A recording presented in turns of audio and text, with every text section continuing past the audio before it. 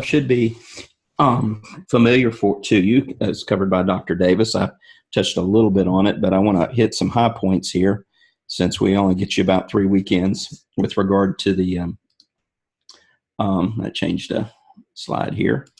Just trying to get the chat here. So we should be back. Welcome everybody back here. And so again, we're going to go through like sort of the systems. We're going to talk about some things and sort of reinforce some issues with regard to the thing. I can't emphasize enough to you with regard to your vital signs. If you will practice them as much as possible, that will really make a difference and get you more confident. Typically, it's not so much it is confidence with regard to doing the physical assessment. So, so anyway, that's the things that you need to be, sort of aware of. So the thyroid gland, this is one gland that you should be be aware of, because there are a lot of symptoms with hypo or hyperthyroidism that will be part of, or hypo and hyperthyroidism will be two things which you need to rule out with regard to some of your diseases there. And then I think if I'm not mistaken, I think Dr. Davis did go over palpating the thyroid gland yesterday. Is that correct? Yes, you did. Okay, thank you. So again, I just want to point out a couple of things to it just to remind.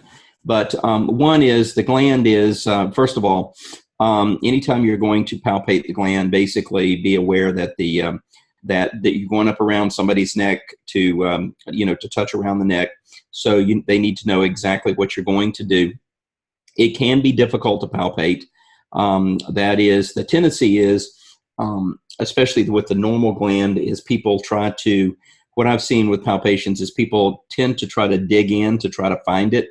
But what you should see is one of the things, and I think she showed this to you, is the thyroid tissue will actually move up and down, up when one swallows. So one trick that you can use to sometimes try to palpate the gland is to have them sip a little bit of water, and the gland will move. The adult thyroid, if it's normal, may not be palpable. You can palpate a lot of things around the thyroid gland, but so you can actually palpate the trachea. You can actually palpate some of the landmarks around it.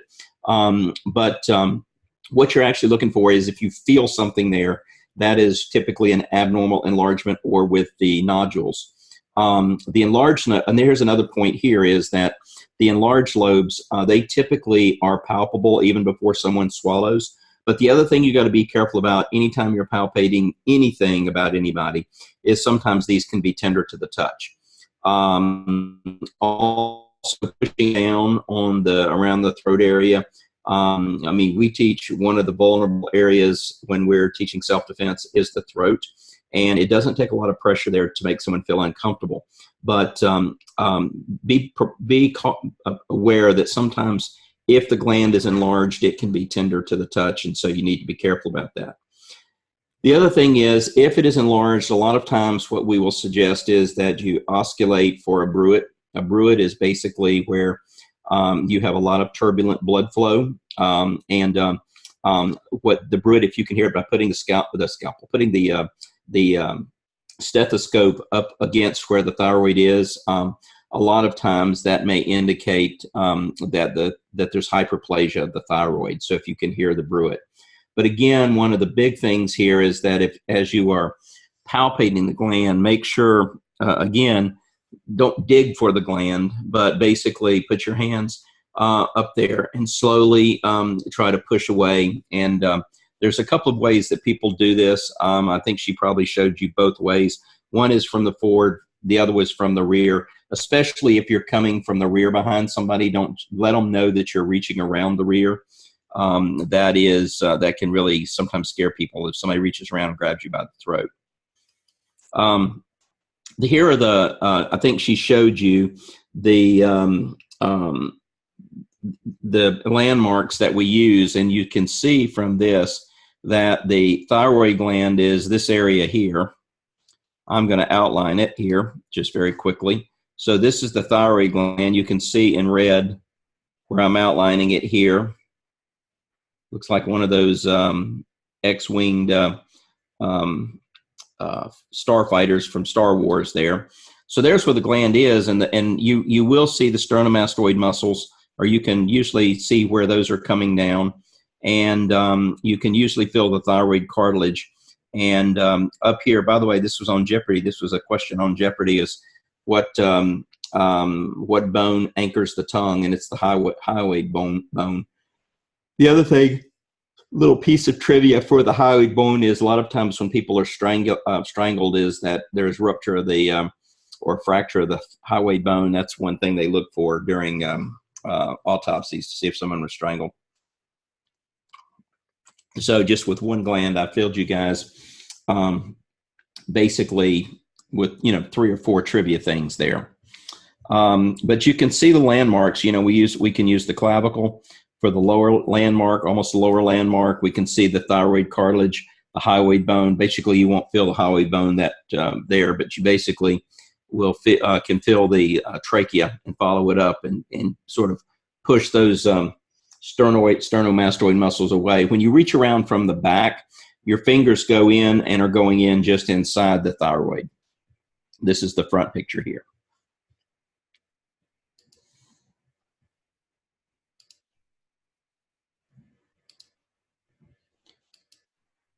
And this is just a picture of someone reaching around to basically palpate from the rear.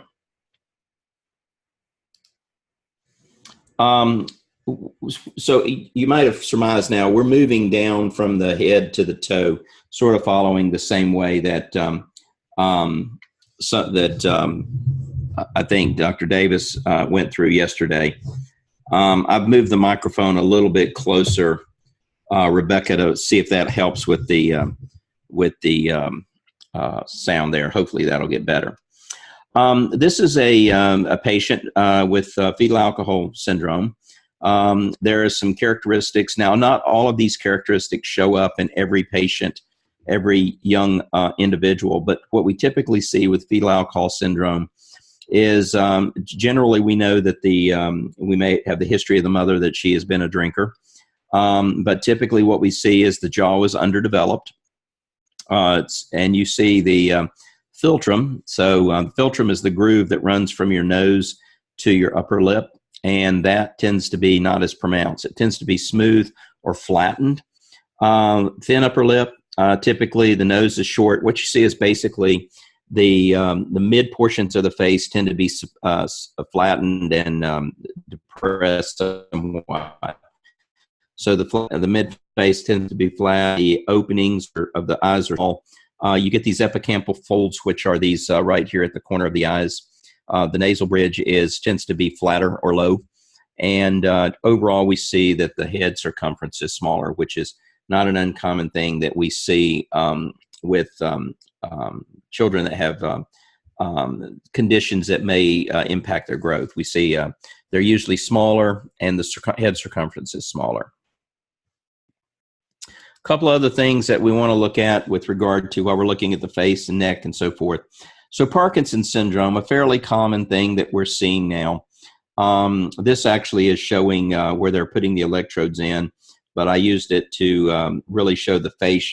But we talked a little bit about before lunch with regard to that the facial features of a Parkinson's person may be sort of flat or expressionless. We use the term either dull or flat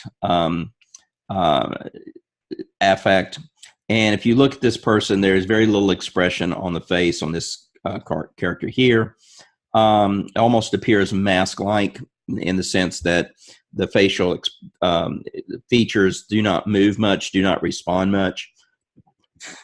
Typically, we see that eyebrows are somewhat elevated. You can see that these are elevated slightly here. Their gaze is, they just sort of have a staring gaze where they're focused on something and not responding a lot. The skin tends to be oily. And one of the things is a lot of times that they may be drooling. One of my close friends that ended up dying from Parkinson's, when he first was diagnosed, we had noticed or I had noticed, and a couple of other people that knew him had noticed that he had started walking. When he walked, I'm sorry, I hit the wrong slide here. That when he was walking, we noticed he started shuffling his feet, and we noticed he started looking down at his feet. But in talking to him, I would go to lunch with him periodically. And, he developed, he went through the normal process. But in talking to him, one of the biggest things that he said that bothered him about Parkinsonism was he understood the disease. He was in health sciences. He was actually a medicinal chemist. And he had also had colleagues that had gotten Parkinson's disease.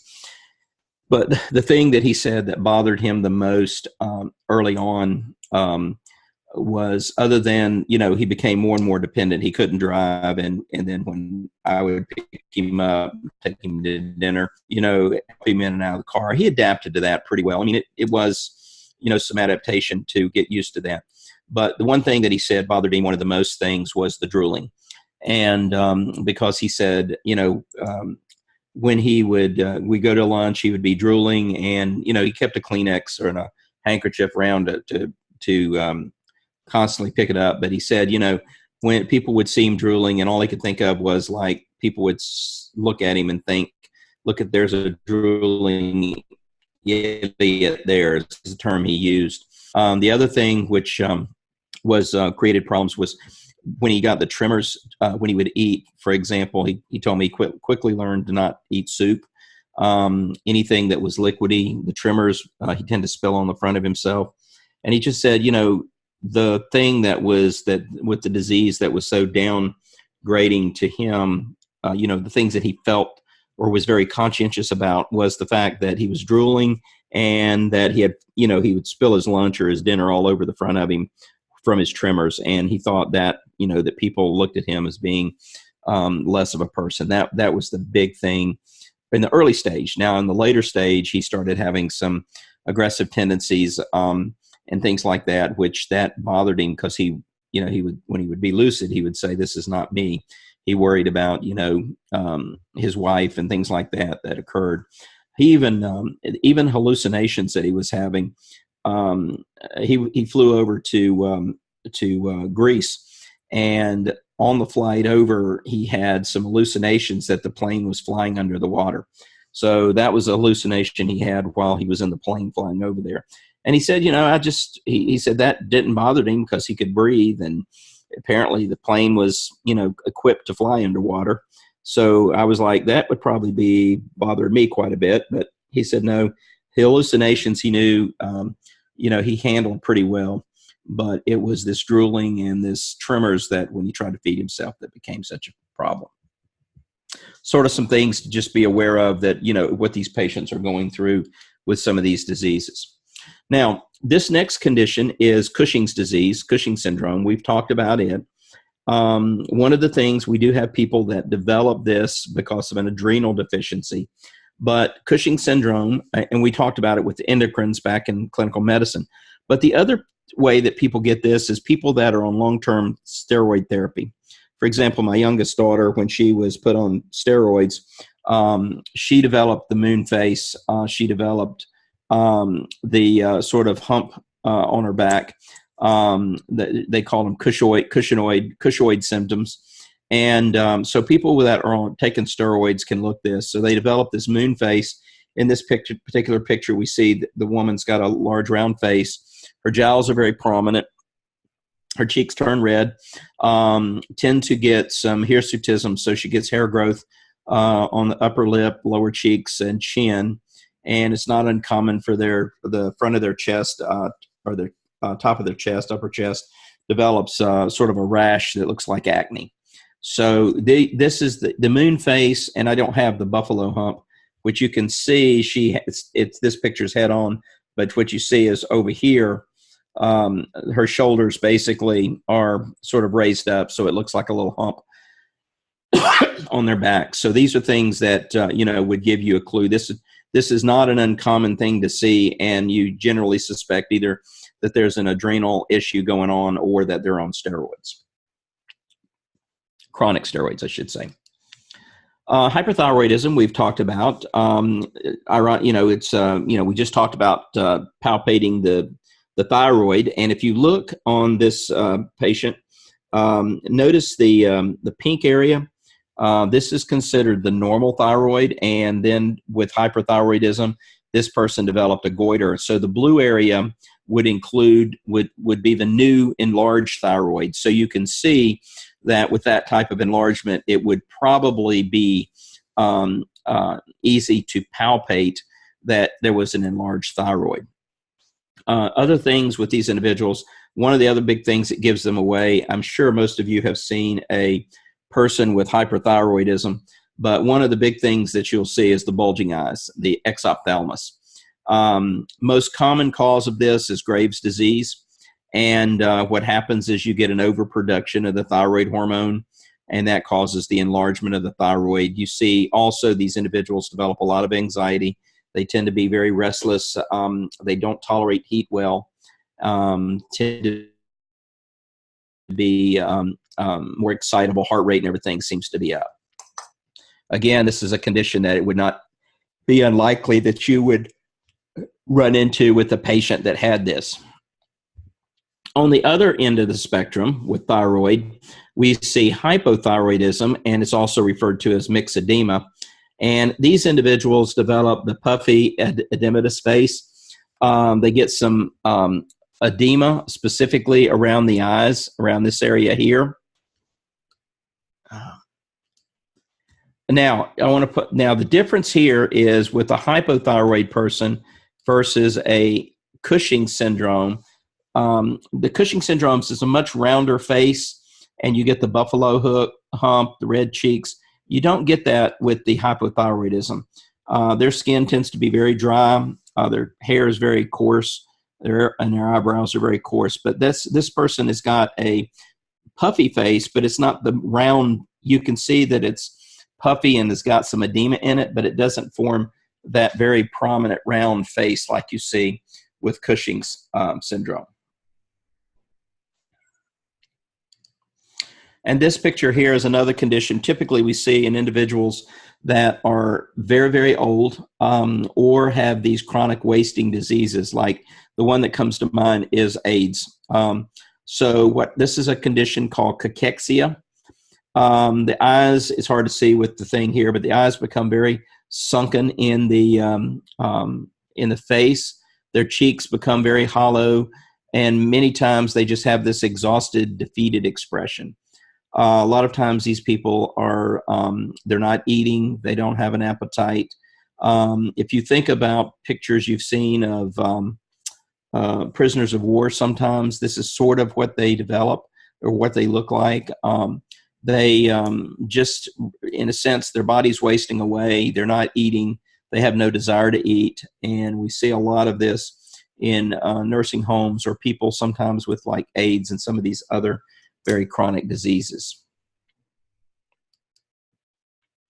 Okay, now, one of the important, when you're doing a physical assessment, the eyes can give you a lot of information. You use the term windows of the soul, and it's sort of true. So what we typically see when you're examining someone, the eyes should be aligned normally. They should be positioned in their socket like they are supposed to. They're not protruding out or sunken down like we've seen a couple of cases that are here.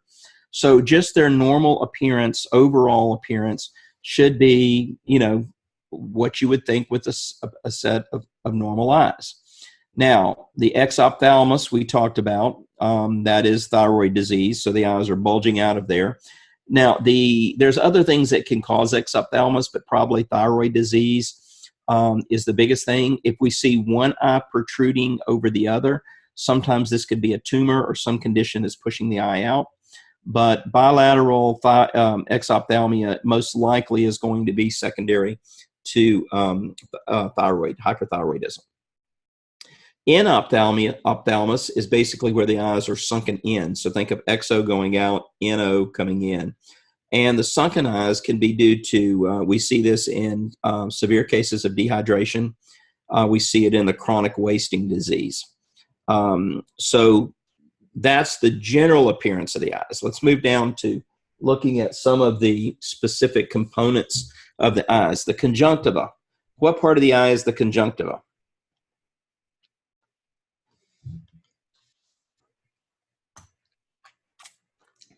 So the corner, the membranes, the mucous membranes, what you should see was the conjunctiva. It should look clear and moist, and you should be able to see several small blood vessels there, okay? If the conjunctiva is bluish, especially the lower eyes, sometimes what you'll do is you'll put your finger right below the eye, eyeball, sort of pull down a little bit. You can do it on yourself. If you ever got something in your eye, you look in the mirror and you pull out pull the lower lid down. If they're developing cyanosis, we may see that it gets a sort of a bluish or darker color. The conjunctiva is one of the better places to examine the mucous membranes. The gums and the conjunctiva are the better place there. Okay, if it's very pale, so if it's sort of almost a bleached white, it's sort of a very, very, very light pink. When we take a break, take a look at your conjunctiva and just see what it should look clear, moist, and sort of pink. If it becomes very washed out white, that would suggest potentially anemia. So the pallor of the lower lid, we use the lower lid because it's easier to see than trying to raise the upper lid, although you could raise the upper lid high enough to see that. That would suggest anemia. So since you've got good capillary flow to the conjunctiva, it's a good place to assess whether there is cyanosis, which is the low oxygen. They've become cyanotic, which they're turning blue, which means they're not getting good oxygenation, to the opposite extreme where it becomes white. And if it is really bleached out, that could suggest anemia. The sclera is the whites of the eyeballs. And what we find is that should be like a china white is the way they describe it.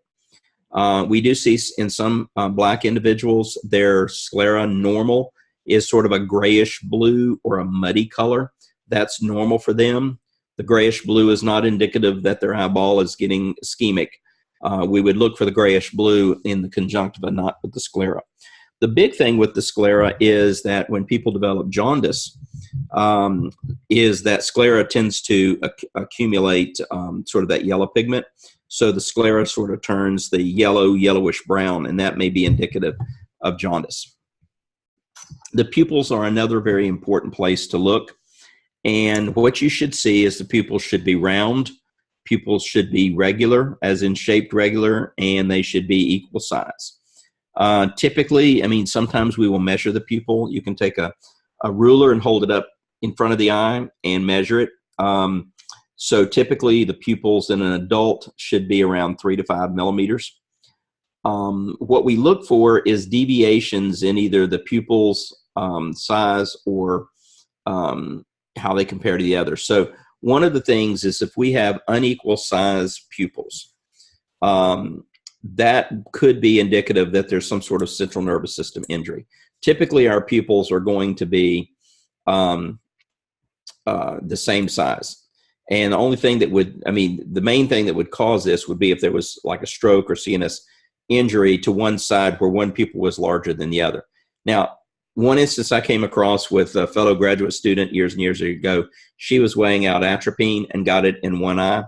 And so one of her eyes was dilated and the other one wasn't. And the powder poofed up as she was weighing and just got in her eye. So one eye went around for, probably 6 to 8 hours that it seemed large. She was very conscientious of it, not the fact that she couldn't see. It was just that when she looked in the mirror when she washed everything out and looked in the mirror, her pupil was that one pupil was really dilated. But the other thing is if we have pupils that appear to be dilated. Now, here's the key point. When we're looking at dilation and constriction, we are going to put into consideration the ambient light, okay? So the thing would be is in a very bright light, like if you were standing out in the middle of the brightest sun in the day, we would not expect your pupils to be really dilated.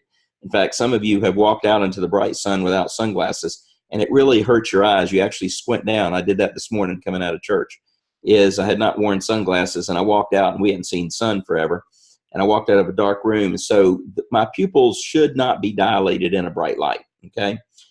If they are dilated, that could mean, underline could, that could mean that we have a situation where I may be under the influence of a stimulant or a anticholinergic drug. So dilated pupils will occur with stimulants, and remember, dilation is mydriasis. If the pupils are dilated and fixed, so the pupils just seem to be dilated, sometimes we refer to this as the pupils are blown. They're just completely dilated and they're not reacting at all to light. That's typically central nervous system injury. Not meiosis, where we get the pinpoint or constricted pupils, again, taking into account what the light should be. In a bright light, I should have constricted pupils. In a dark room, I should have dilated pupils. But that's called meiosis, and as I said earlier before lunch today, that may be a sign of being under the influence of a narcotic or an opiate. And the other thing is, we will see instances where that individuals, we see this on TV all the time, someone has died, and so they take and their pupils don't react whatsoever to light. And typically, if we see no response to light, that's usually either severe CNS damage, but more likely, assuming they may actually be at that state of being dead. I don't know if you've noticed the movies now. I noticed this a couple of years ago, that when the main character or somebody dies, if you watch their face, basically you'll see actually they will make the pupil act like it dilates when they die, which I thought was, okay, that's adding to that's quite a bit of realism there. The two things they do when they're going to kill off a substantial character, is typically the EKG starts beeping and then it goes to straight line, so you hear the beep. And then the other thing is they're watching their pupils, and the person takes the deep breath and then just stares out and you see their pupils will dilate.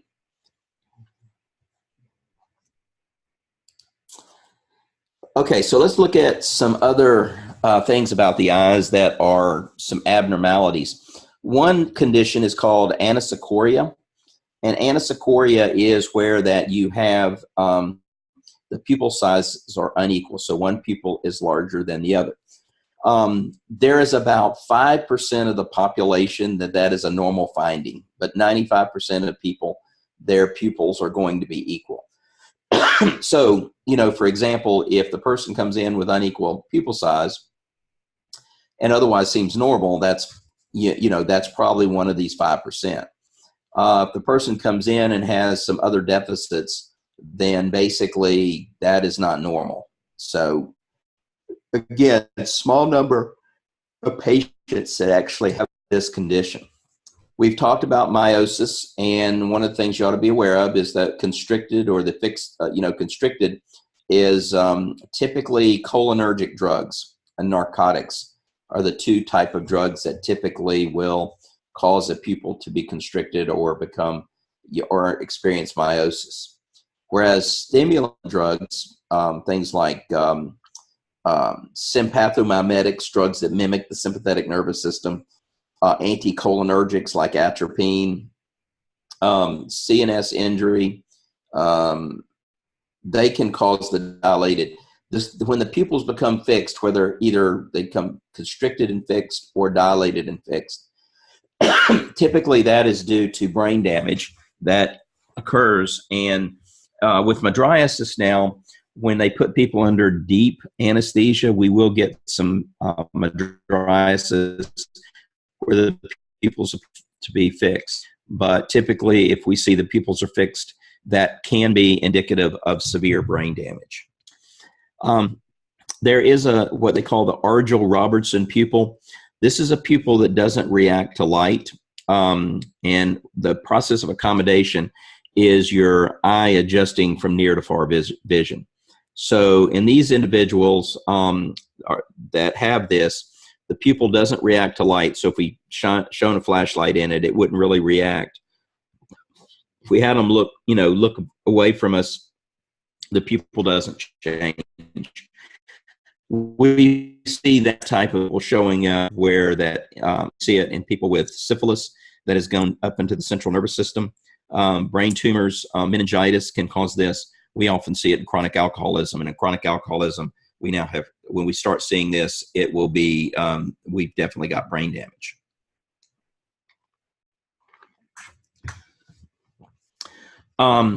We will talk about the cranial nerves before the end of the day, and so the cranial nerves, in assessing it, the pupils are come into play. So if we have damage to cranial nerve 3, typically what we will see is that one pupil is dilated on one side. It doesn't react to light or accommodation.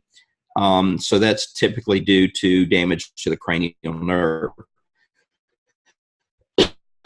The other is they may have ptosis, which is, with ptosis is you've got a droopy eye.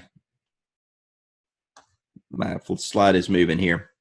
You have a droopy eye there and eyelid. So that can occur because the cranial nerve innervates those areas of there. See, Rebecca, you said after cataract surgery, you was told that your pupils will not enlarge as much.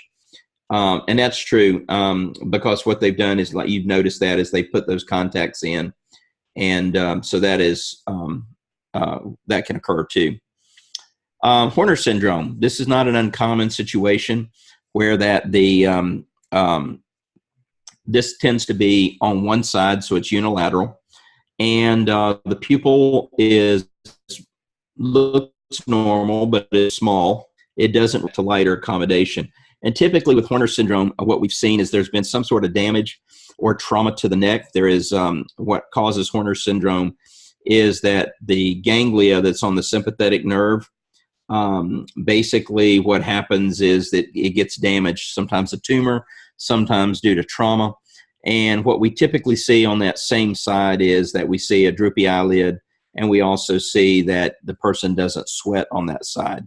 And that is pretty indicative. If we know that there's been trauma or potential tumor there, that would explain the effects that we're seeing there.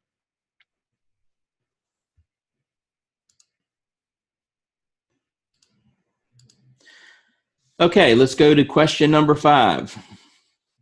Making you think about stuff we covered before lunch. So pain originating from internal organs is referred to as, put this question 5 and answer it 5, whatever your answer is. And we're getting, I think most people.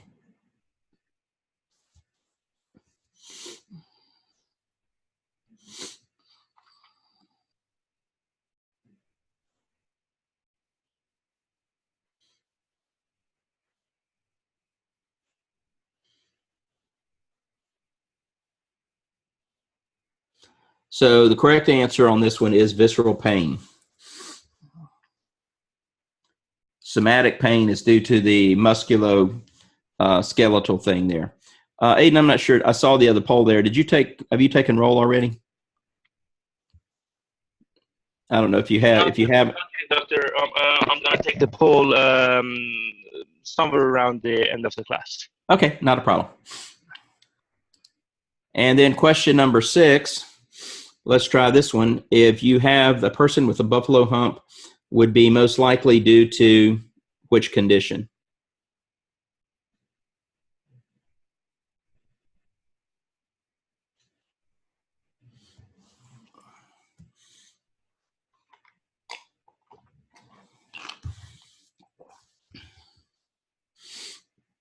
And the correct answer there is Cushing's disease. Good job. We got 2 more questions a little bit later on in the class here. All right, let's move to the mouth. We've done the eyes. Let's look at the mouth. And there's a couple of things specifically with the mouth. Is this condition here is a condition known as gingival hyperplasia. What it means here, this is a pretty severe case of this, and the gingival membranes actually enlarge. Hyperplasia, you get growth of the gums, and basically it is, the enlargement is painless. But if you will notice the hygiene in this particular patient. When the gums enlarge, the enlargement itself doesn't create any pain. However, it does cause a dental hygiene issue. So you can get decay, and you can see a lot of things that are deposited on this person's teeth. So you can get secondary dental decay, and typically this occurs, we see things like puberty that can occur in puberty, can occur in pregnancy, has been shown to occur with leukemia. Drug-induced, we do have an anticonvulsant, phenytoin, which can cause this. The other condition of the mouth that I've given you is meth mouth. And I think some of you have mentioned this earlier, but meth mouth, actually, when I first heard about it, we were hearing it from primarily prison dentists. And so this is this is actually a poster that they came out with, drug-free. So meth mouth, one of the things that happens is people have described it. We do know that, well, what meth mouth you show, I think this is a mouth typically, I think it's about a 20-year-old, but they get extensive caries, which are cavities. They get gingivitis, inflammation around the gums, the teeth crack. Part of the problem is that being a sympathetic drug, it dries up saliva, and saliva is important for the normal washing of the teeth. And so when your saliva dries up, you are more likely or more susceptible to develop tooth decay. Also, the drug causes vasoconstriction, so the teeth are getting less blood flow, so they can't grow and be healthy. These individuals typically do not watch for their oral hygiene is next to nothing. Also, when they get hungry, they will eat a lot of sugars and starches.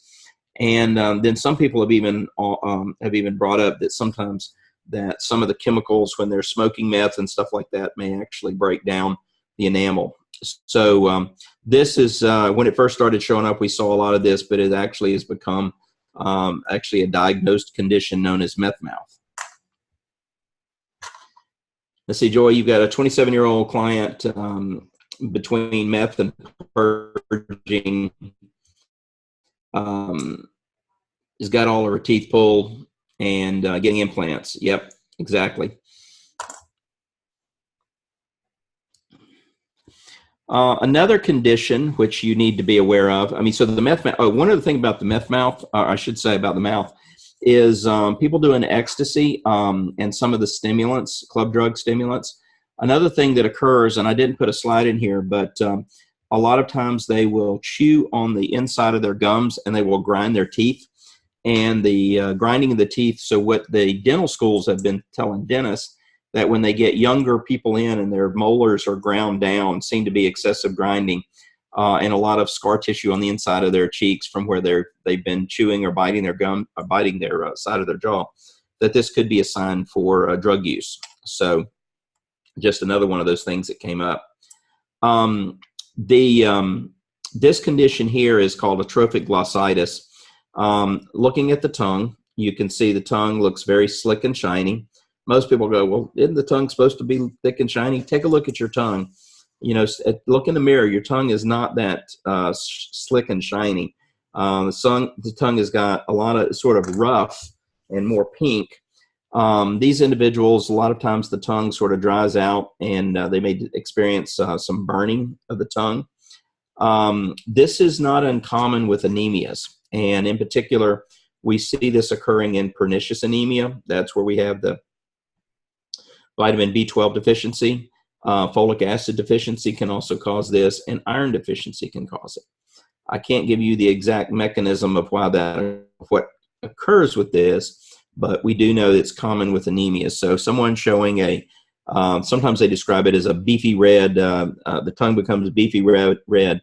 But, you know, when you're doing an exam and you notice the tongue and it looks like that, it could be a sign of an anemia.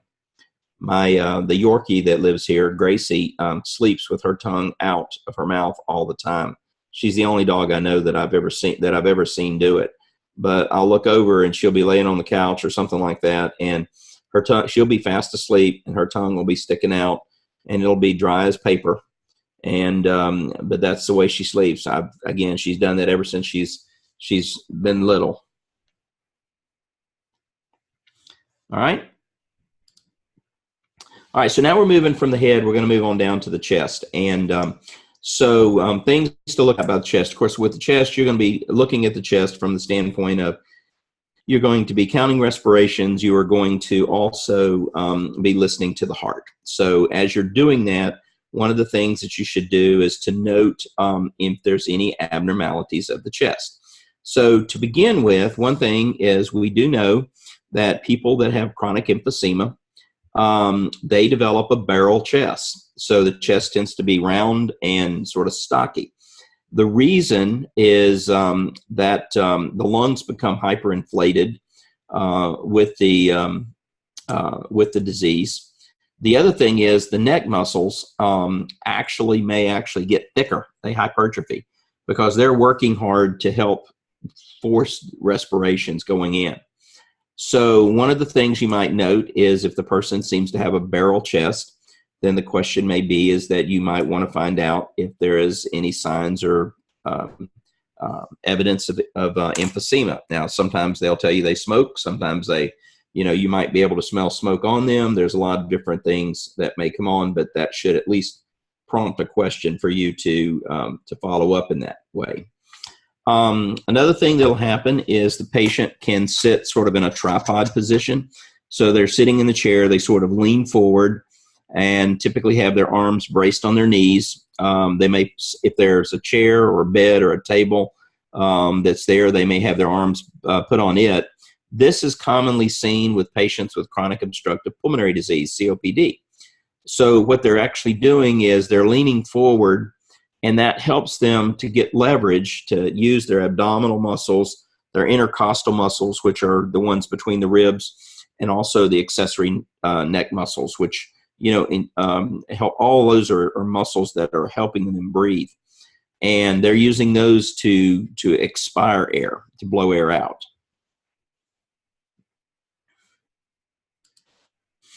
Now, these next things are some interesting descriptions that you may note. And if you were doing more GP type stuff, general practitioner stuff, these would be more important to you. But they still may be important to you because they could account for some of the conditions that your patient may be in. So one term is called fremitus. Okay, fremitus. What fremitus are is these are actual palpable vibrations in the chest. And so to get these elicited, so palpable, you're going to be, for example, having your hand on the chest, and we have them say different phrases that tend to accentuate this. So sometimes they will say 99 or blue moon. Those type of phrases, the intonation that most people have will actually, if fremitus is there, the fremitus basically, you should feel this. So we can have increased or decreased fremitus. So a normal person will have, when they say 99 or blue moon, you'll be able to feel that. So then we would see if it's decreased fremitus, what's happening is there's an obstruction of the vibrations.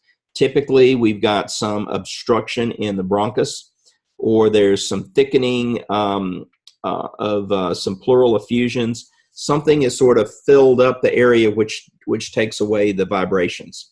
We see this in emphysema.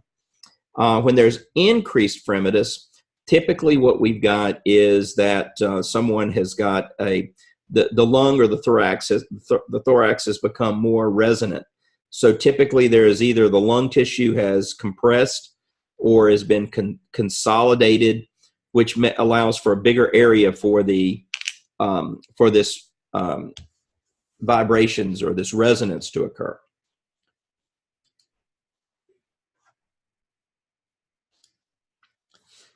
So we can have what is called, notice I haven't got all of these in red. I mean, I want you to know what fremitus is. I'm not going to ask you what causes increased or decreased fremitus. Bronchial fremitus, basically, we see when people have a lot of thick bronchial secretions, they got a lot of mucus and so forth, we'll get what they call bronchial fremitus. And then there's another thing called a pleural friction fremitus. So what happens is the pleura, which is sort of the lining membrane in the thorax, has become inflamed. And so as you breathe, it's the inflamed pleura is actually rubbing and creating these sounds. So we have fremitus, which are palpable vibrations. We also have what is known as crepitus. Now, crepitus can occur in areas other than the thorax, but crepitus is sort of like a coarse crackling sensation that you can feel over the skin surface. Think of it as if you had small bubble wrap underneath the skin. All right. So what happens is when people develop emphysema, they can get subcutaneous emphysema. So air escapes from the lungs and it gets underneath the subcutaneous. So if you think about pushing down on the skin and it was like pushing like on bubble wrap, that's like crepitus. Now, another thing which is good, we talked a little bit about this with the pulmonary, is breath sounds. So what we do is that, again, we're not going to watch the person when they breathe, because if we do and they know we're watching them, they're going to change their respiration rate. But now we're wanting to know what they sound like when they breathe. And so when you go to the doctor and they put the stethoscope on you, they tell you to take a deep breath. And so what you want is the patient sitting, leaning slightly forward, their hands sort of laying comfortably on their lap. Be careful, by the way, when anytime you have a patient, you ask them to slightly lean forward. We have had patients that have toppled off. They start leaning forward and they just sort of lose their balance. So sort of be prepared when you're having someone, especially if they're sitting up on a table. So the first thing is we're going to have the patient breathe deeply through their mouth, all right? Key point, through their mouth, all right? The other thing is don't be so intent on listening to the patient's breathing that you forget, and what happens is the patient may actually hyperventilate, and so you don't want the patient to hyperventilate. So you move the stethoscope actually around the chest. You want to listen to both sides. You want to hear the breath go in and the breath come out.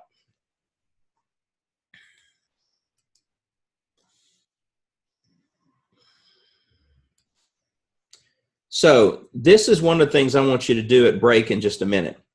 So I want you to get your stethoscope, and I want you to put the stethoscope on, and I want you to do something. This is going to be sort of like a little thing. So put your stethoscope in your ears, and what I want you to do is to blow on the stethoscope tubing. Not all stethoscopes will necessarily pick it up, but a lot of them will. So we have found that sometimes when somebody is, leaning forward and moving the stethoscope around, just by simply blowing on the stethoscope tubing, you may hear some sounds. So you want to make sure that you're not creating that as an artifact. Where the Y is in the stethoscope, take and slightly rub those together while you're listening. That'll give you an idea of what that sound. You can't really do this, but you might put the stethoscope on yourself while you're breathing, and then try to shake like you're shivering just a little bit. See if that changes it. Because a lot of times when people go into GP's office, used to they'd have them take their shirt off, or they're down to their t-shirt or to their bra. And the thing about it is, many of those places can be cold. As I think I had you guys do this, but go ahead and do it again. So if you've got a hairy chest, you can move it across your chest, or you can move it across the hairs on your arm. So that tends to produce like a crackling sound, which is very similar to what rails sounds like. The other thing is, if you've got like a shirt, you've got a button-up shirt or some clothing on, put the stethoscope sort of next to the shirt that you've got on, and move the shirt around and sort of rustle it around to see what sounds you hear. These are some common artifacts that we see when we're doing these different breath sounds. And we will get you. So you guys, I want you guys to do that in just a minute. Let me finish this slide, then we'll leave the other one up. So normal respiration should be about 10 to 20 breaths per minute. The pattern should be even. You can't really tell what the depth is by just listening, because you can't measure that with the depth. And if you were to do the pulsed respirations, I would tell you to try this on yourself. But the problem is that when you're counting your respiration, you'll alter your breathing. But typically it's about 4 to 1. But if you took your heart rate, took your breath rate, should be roughly around 4 to 1. But what I want you to do, we're going to take our first break this afternoon. And I want you to go back and I want you to do these type of things and see how they sound on your stethoscope. Again, some of these may not show up on your particular stethoscope, but they can occur, and you need to know what they sound like on that. So let's come back at 1/4 the hour, and then we're going to pick up on some more of the issues of the breath sounds. All right? Excuse me. Some of those artifacts that occur, it's a good thing to at least know what they sound like, and that's an important thing to recognize. You'd be surprised the number of individuals that think they're picking up murmurs or breath sounds or something like that, and it's simply just an artifact that's occurring there. So, all right, let's move on to some of these respiration patterns. And again, this should be a little bit of a review back from clinical medicine. One thing we see, is most of you know what this are, is basically it's a sigh. And when you tell people this a lot of times about a sigh, basically what is, they're trying to make something more into it, but a sigh is this sort of sound. So just if you were to sigh, that is what a sigh is. These normally can punctuate normal breathing patterns. And what they do, they actually, when someone sighs, that actually will expand the alveoli, which is not a bad thing to do. But what we find is if people are doing frequent sighs, this can be a sign of emotional dysfunction. If they're sighing a lot, you do know there are people that will sigh frequently and they're trying to get attention or something like that. So basically, if someone is doing a lot of sighs, hold on just one second.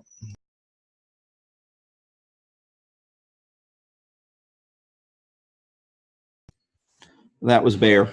While y'all were on break, I thought y'all could listen to a lot of, started to just put my mic on. Big Al was sitting next to the desk here, and he was in the process of doing a lot of sleep apnea breathing, which you could have heard all sorts of weird stuff coming out of him. So, but one of the things, if somebody is frequently sighing, they can hyperventilate and they can become dizzy.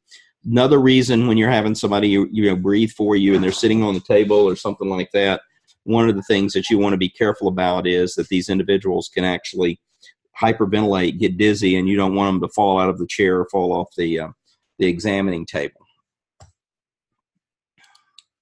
Now, the respiration patterns, this is the same slide you guys saw back in clinical medicine. So if we have tachypnea, this is rapid, shallow breathing.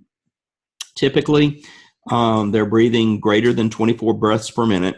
I'm not going to give you a number and say on the exam, say this person is breathing X beats, X breaths per minute. What condition is it here?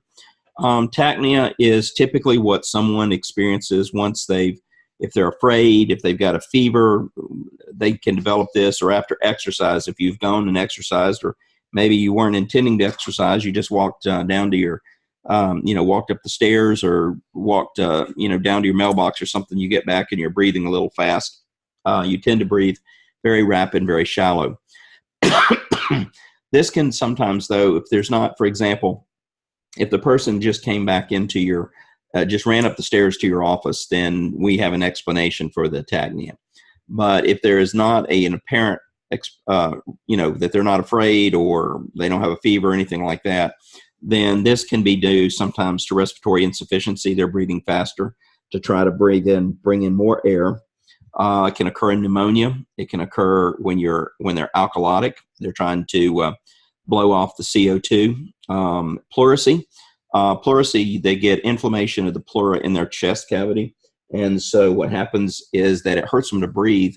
So they tend to take very shallow breaths, but therefore, instead of taking a nice deep breath, they're taking a lot of shallow breaths to try to get the air in. They're not taking the deep breaths. Because if any of you, I don't know if any of you ever had pleurisy, I had when I was a child, is it feels like a knife really jabbing into you or sticking into you. Some brain lesions can occur. That can be also a reason for it too. Now, the opposite of this is bradypnea. That's a slow breathing. Typically, that should say, this is wrong here. This should actually say the rate is less than 10 breaths per minute. Make that note change there.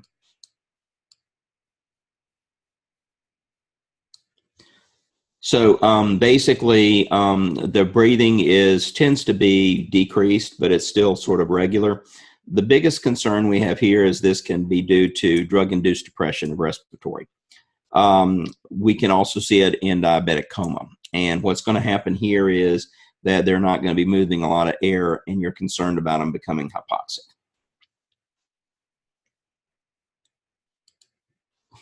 Now, hyperventilation, you know, when we look at the previous tachypnea and bradypnea, both are rates, okay? When we get to hypo and hyperventilation, what we're looking at is depth and rate in a way. So with hyperventilation, what happens is somebody is breathing faster and they're breathing deeper. So they're taking very fast, deep breaths, okay?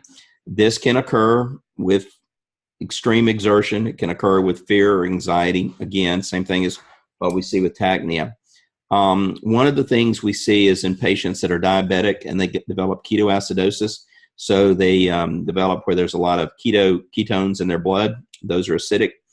This is called Kussmaul's respiration. We can see this with hepatic coma when people go into coma because of liver failure. Overdose of salicylates, which would be frequently used to see aspirin overdose. What this is doing is it's trying to blow off extra CO2. But we can see a lot of conditions which occur. Again, with hyperventilation, there's a tendency for them to become dizzy and to faint from this. Hypoventilation is where they develop a very irregular, shallow breathing pattern. And a lot of times we see this with overdose of narcotics or anesthetic agents. The reason I listed anesthetic agents here is, I mean, typically you're not going to see people that have an overdose with anesthesia looking in a hospital. But go back to Michael Jackson with propofol. Propofol was one drug that was being abused when people could get it. If you're going to have anesthesia, most people like propofol. It puts you to sleep quickly, you recover quickly. But when people are using it and you don't remember anything, so when I've had my anesthesia, I always ask, can we have propofol? And there's a joke at the hospitals that they always keep enough propofol in case some of the people want to. Somebody is going to have a surgery that's a hospital staff person. If you look at this, again, this is a slide that you guys have seen several semesters ago. These are just graphed out what these respirations would look like. So the first one is normal. That would be if we were to put a sphygmometer on you where we could monitor your breath. So basically, I said a sphygmometer, a spirometer. Basically, the spirometer is you can put a sensor around the person's chest, and when it expands and closes, that's when we see it. So if we were seeing you under normal conditions, you would see the top one here. This would be what you would, we're going to use this one as our comparison for the rest of them. So if you're hyperventilating, notice what's happening there is that when you hyperventilate, the rate is increasing, so the number of breaths per minute are increasing, and you can see the depth has increased. When you've got bradypnea, is basically you can see that compared to normal, when we're looking at bradypnea, basically is that the rate is slowed down, the depth is about the same, maybe a little bit slightly larger. And then with tachypnea is basically the rate is you're actually breathing in so fast you can't take real deep breaths.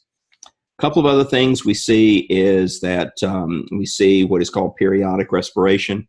So individuals they will start breathing, so they'll start shallow, and it'll sort of crescendo up and then crescendo down. Then they'll have a period of apnea, and then it starts again. Here's sighing down here. So you have these breaths and then a deep sigh. That's the sigh there.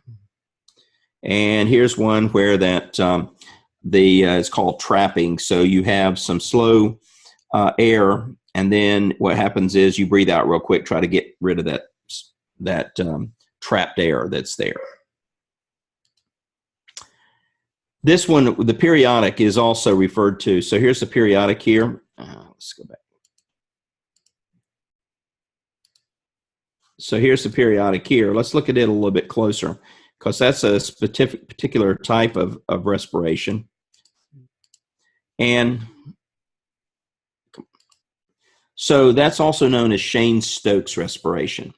So what happens is Cheyne-Stokes is it's a cycle. So you get cyclic periods of respiration. So the respirations actually wax and wane or crescendo and decrescendo in a regular pattern. You start off with, and the rate and depth increases, and then it peaks, and then it comes back down.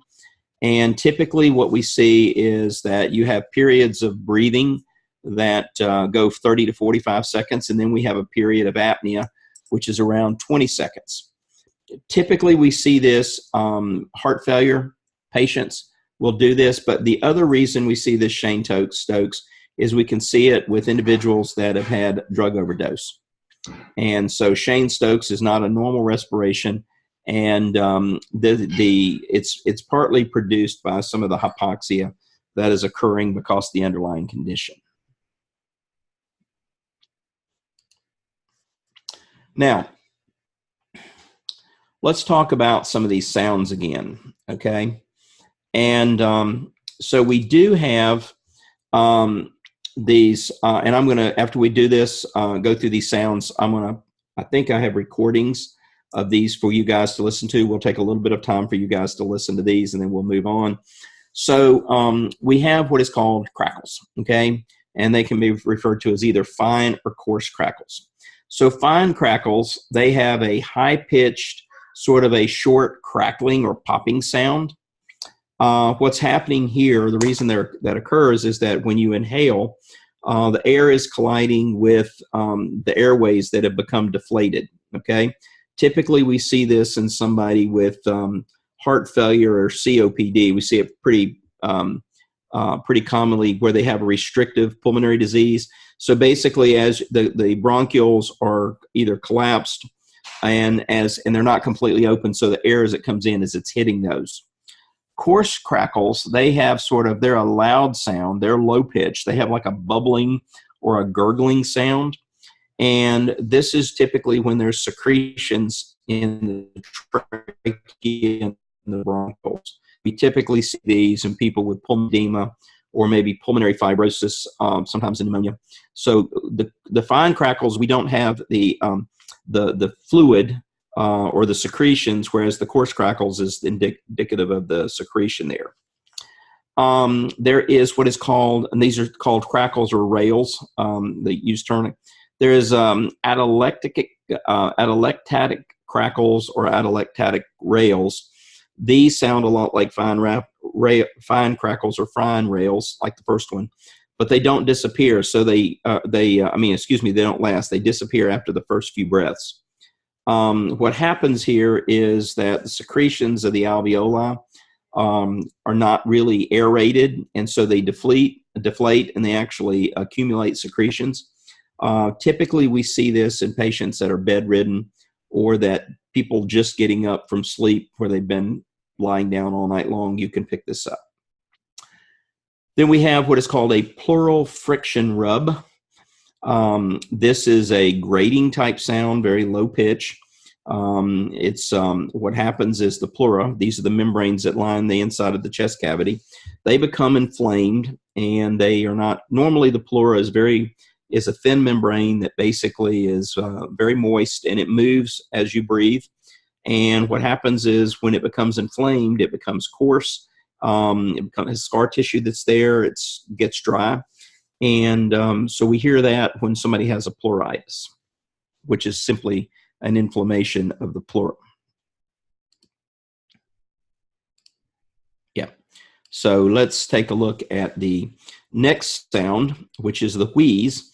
High-pitched, sort of musical. I've never quite gotten what these are called, why they're called this, but musical. It's a squeaking sound. It's polyphonic, which means it has a little different notes. And what's happening is, think about like if you were blowing something through a narrow thing like a whistle. So the air is compressed through very narrow passages, and we see this in a patient with asthma or chronic emphysema. The wheezed is a low patch. It can also be a low-pitched monophonic single note So it's like the same note coming through. Some people describe it as musical snoring or moaning sounds. And this is due to obstruction, typically we see in bronchitis. The one I want you to really be aware of is this one. This is one important one. I'll get back to this. And it's called a stridor. So with stridor, what's happening is this is a very high-pitched monophonic, so it's not multiple notes. It's like a crowing sound when people are breathing in.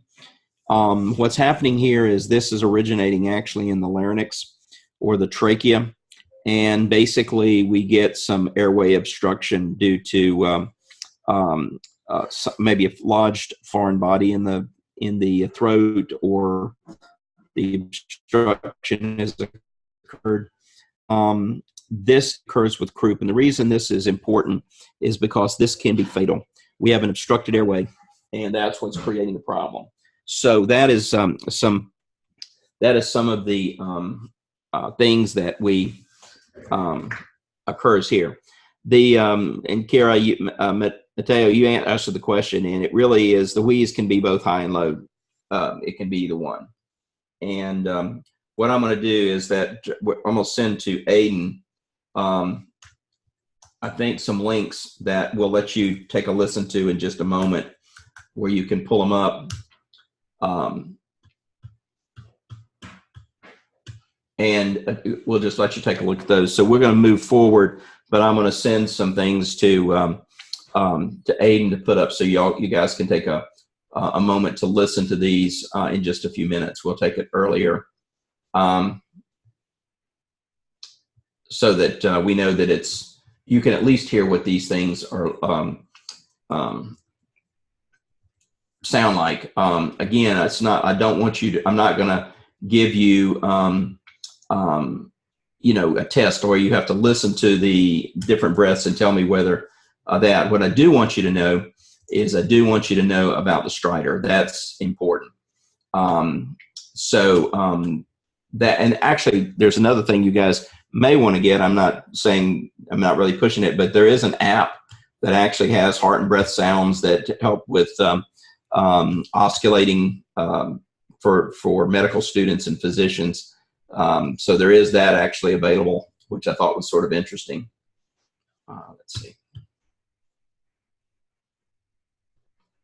I'll put those links in just a few minutes. So we're going to go on here. I do, like I said, want you to know what the significance of stridor, which is the fact that it can be a fatal type sound.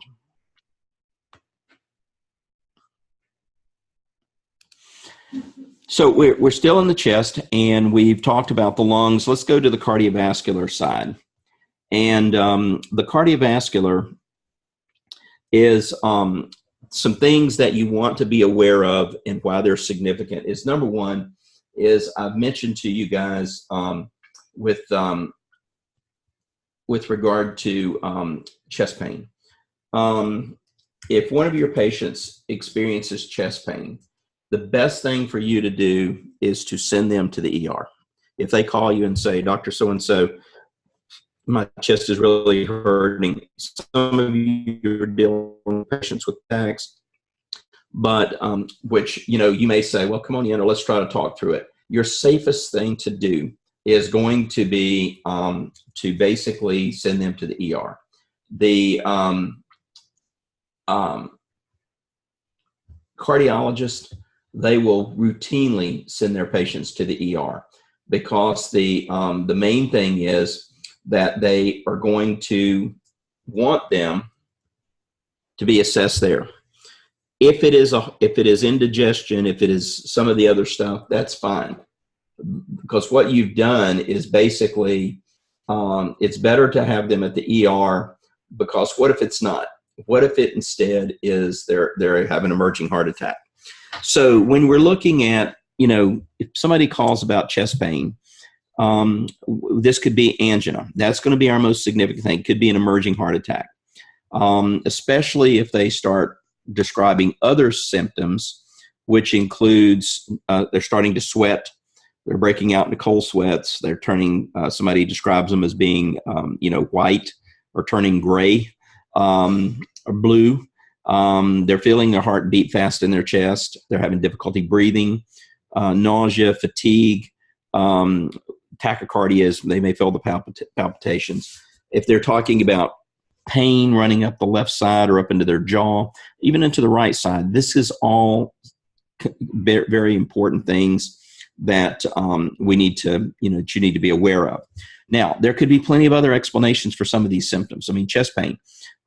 It could be. Let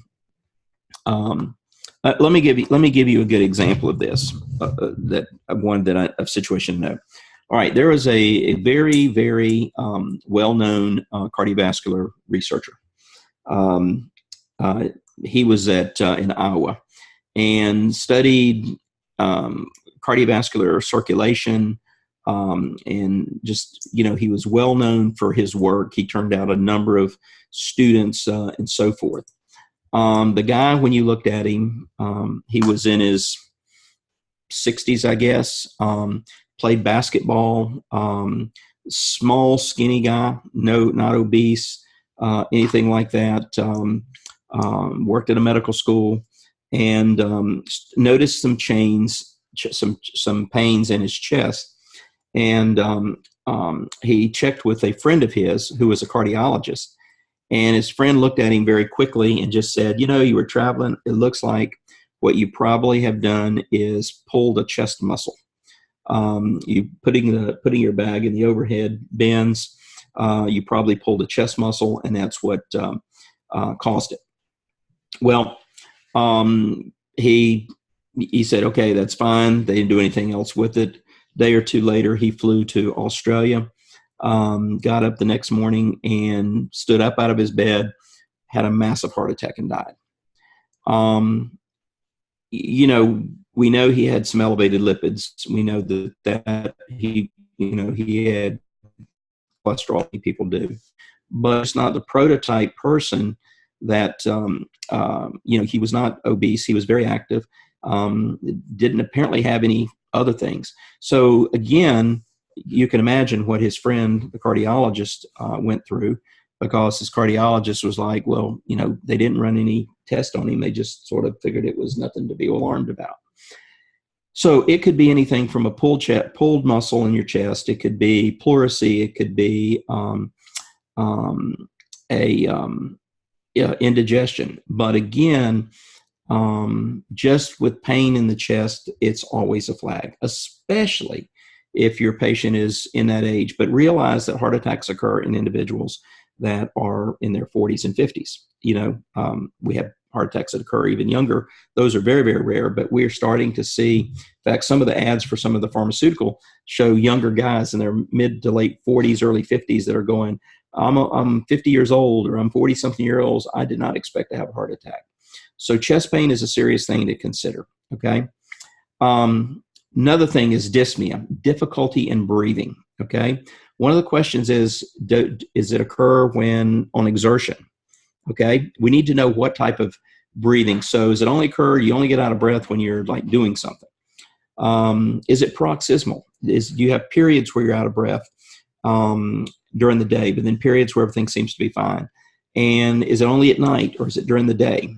So is it constant or intermittent? When does it occur? When does it seem not to occur? Does it occur only when you lie down? We see people that are getting pulmonary problems. When they lie down, it makes it difficult to breathe because fluid pools in their chest. Is it occurring at night? So paroxysmal nocturnal dyspnea is where that they wake up, have difficulty breathing. Part of it may be lying down. Sometimes we may have to prop them up. Or is it, we refer to that sometimes as orthopnea, meaning it's positional, just like orthostatic hypotension. Orthopnea is where it's difficulty. So we need to know when this occurs, how often it occurs, what precipitates it, what alleviates it. That can give us an idea. But we're going to probably think, if we see dyspnea, we're going to consider, is it cardiovascular in origin, or is it potentially pulmonary, or a combination of the two? Okay. Now, one thing about paroxysmal nocturnal dyspnea, what may happen is somebody may come to you because what's happening is they're waking up at night, having difficulty breathing, And so they don't sleep well. So they come to you and say, look, I'm not sleeping well. Can you give me something to help me sleep? So one of the things, if someone is saying they're not sleeping well, you need to find out some other stuff about them. You know, is it that they're waking up at night, having difficulty breathing? Is it some other issues going on? Those things you need to know, okay, before you write them a prescription for a sleeping pill. Is it because they're getting up, going to the bathroom? Older men, once they get up to the age of 50, they're up going to, they have the benign prostatic hyperplasia, which causes them to have to go to the bathroom more frequently. So that may be it. With women, sometimes a UTI. They're up at night because they're having to go to the bathroom frequently. Where they just put on a diuretic, and they're taking the diuretic later at night. Fatigue. Everybody's tired. You guys work, think this weekend. So you guys have already put in probably 50, 60 hours, and then you put in another 14 this weekend, and maybe even more because you did some stuff with studying or whatever. And so we need to find out the nature of when somebody's fatigued. Is it due to your cardiac output going down? And if it's usually cardiac output, that usually tends to be worse in the evening. Is it due to anxiety or depression? Does it occur all day? Or is it worse in the evening?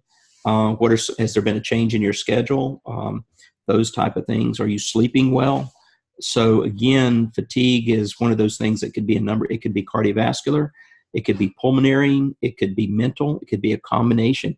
Person's having chest pain, starts worrying about it, or person's having chronic pain, starts worrying about that, wakes up at night because they can't sleep because they're worried about what if it's this, what if it's that.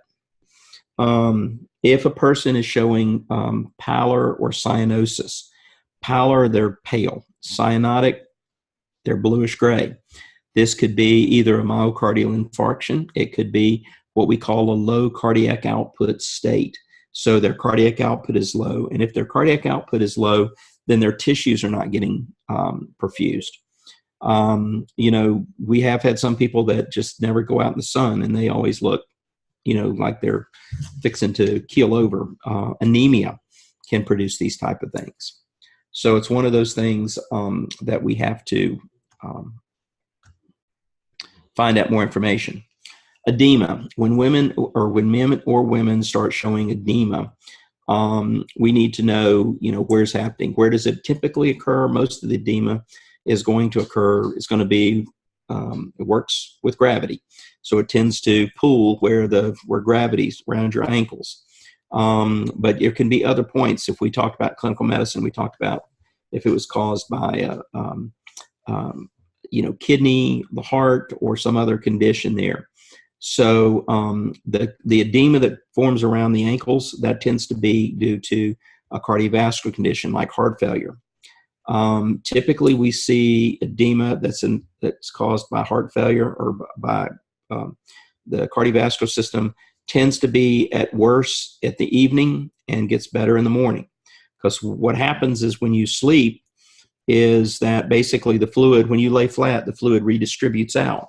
So when you get up first thing in the morning, the fluid is sort of moved out of those pooled areas.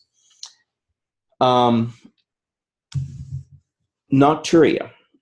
Touched on this a minute ago. So this is getting up at night, going to the bathroom. So typically when you are laying down at night, that tends to promote fluid your body tends to reabsorb fluid from the tissues and then carries it to the kidney, which makes you need to go to the bathroom more at night. But other things that can cause the nocturia, some drugs, diuretics, for example, but some other drugs can produce a diuresis. Some supplements may do this. People sometimes trying to lose weight, changing in their diet, changing in how much they drink and when they drink. A lot of things that come into play. So we need to find out, it could be cardiovascular, it could be some other condition. So we have to really take into account what these other things are. Another thing is a pulse deficit. So when you take your pulse, what we're feeling for is a nice, strong pulse. Hopefully you guys have taken your pulse, possibly taken several other friends of your or acquaintances where you can take their pulse.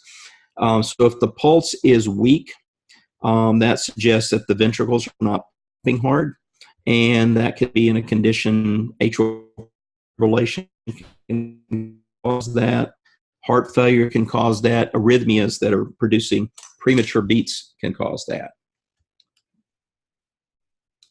Kiara, when you're talking about a normal fluctuation of what? What parameter are you looking for? The pulse. Typically what you're going to see is the fluctuation will be is that when they're at rest, their pulse will tend to be slower, but and obviously when went right after exertion, their pulse is going to go up, but you shouldn't see a weak pulse. It still should be an athlete. The pulse should still be weak. It'll just really be slower. So their heart rate can go way down if they've basically been training quite a bit. Their heart rate will speed back up, but at rest, their heart rate is going to be, in a well-trained athlete, what's going to happen is that their pulse should be strong, but it just will be slower. Oh, if they have a weak contraction of ventricles, what they would see is that with an athlete, it would be, you may see the pulse is there, but if the ventricles were not pumping there, you would not feel a good pulse. You would feel, feel more thready. It wouldn't be a nice, strong, where you could feel the pulse, a very strong pulse. It would be sort of a weak pulse. But typically that would only be, if it was an athlete that would have heart failure or developing some condition like that. So yes, it would be definitely worse for non-athletes. Now, there are a number of rumors and murmurs. There are a number of rumors, of murmurs. I'm going to go through these slides because I don't want you guys to spend time studying on them, but I want you to at least know what they are. Okay. So years ago, we had a physician that was teaching this course, and she spent a lot of time trying to teach different murmurs. There are murmurs. If it's a prominent murmur, you're going to be able to hear it when you're listening to the heart. But some of these murmurs are not going to be, or maybe, cardiologists sometimes, even a really good cardiologist may not pick up on some of these murmurs. So when we have, and notice I don't have any of these in red. So we have things like that we call mid-systolic ejection murmurs. These are produced by stenosis of the aorta. In other words, the aorta is narrowed. That's a congenital effect. Or the pulmonary artery is narrowed. So there is something structurally wrong. And as the blood goes through those vessels, there's a lot of turbulence.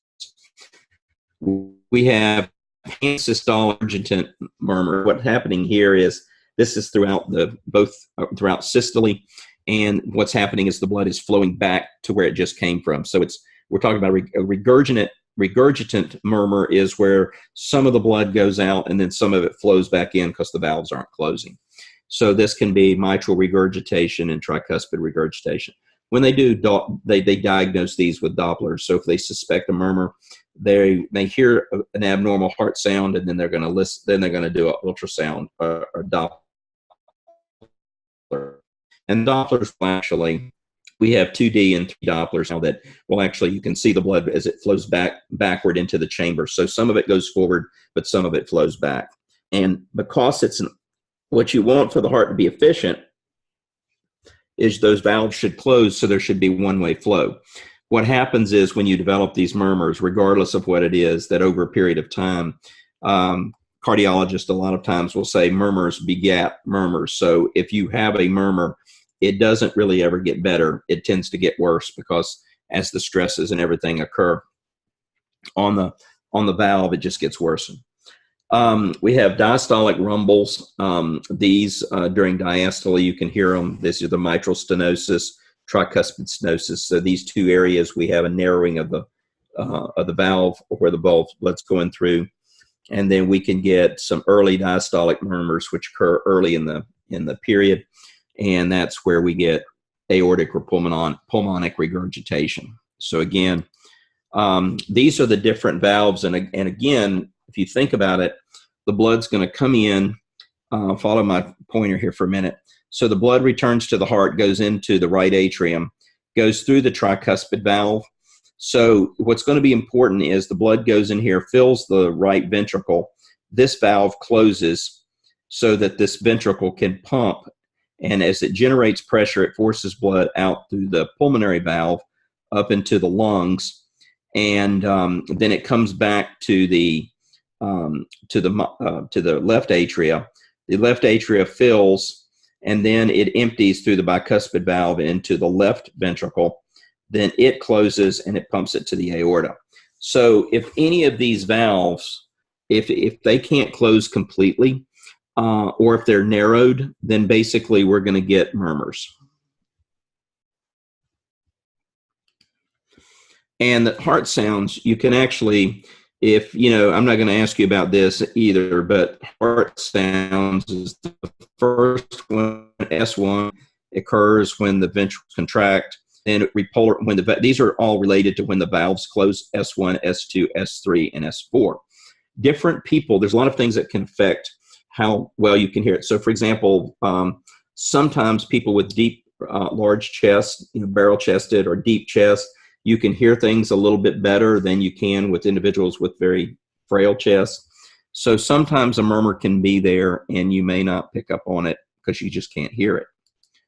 If you look at what's happening, so for example, on the right side of this diagram, this is where the sounds would be. So for example, if I wanted to, notice where the ribs are, this is the ribs in the background. So if I wanted to hear the pulmonary, let's see, let me show with this. If I want to hear the mitral valve, then I'm going to try to place my place my stethoscope right here, okay, in this area. That's the best place for me to hear it. If I want to hear the aortic valve, I'm going to place my stethoscope up here close to this second rib. If I want to hear the tricuspid, then I'm going to place it here. And if I want to hear so I use the ribs as a place. That's why when the doctor is moving these around, moving the stethoscopes around, they're trying to listen from different components to see if they can pick it up. And then if you look at the left-hand side of this diagram, the top is where the heart sounds are. And you primarily should be able to hear the first and second one. The third and fourth one may be a little bit different, maybe difficult to hear. But this is based upon these other things here is, for example, this is the changes in pressure in the different chambers. And the pressure changes creates the turbulence.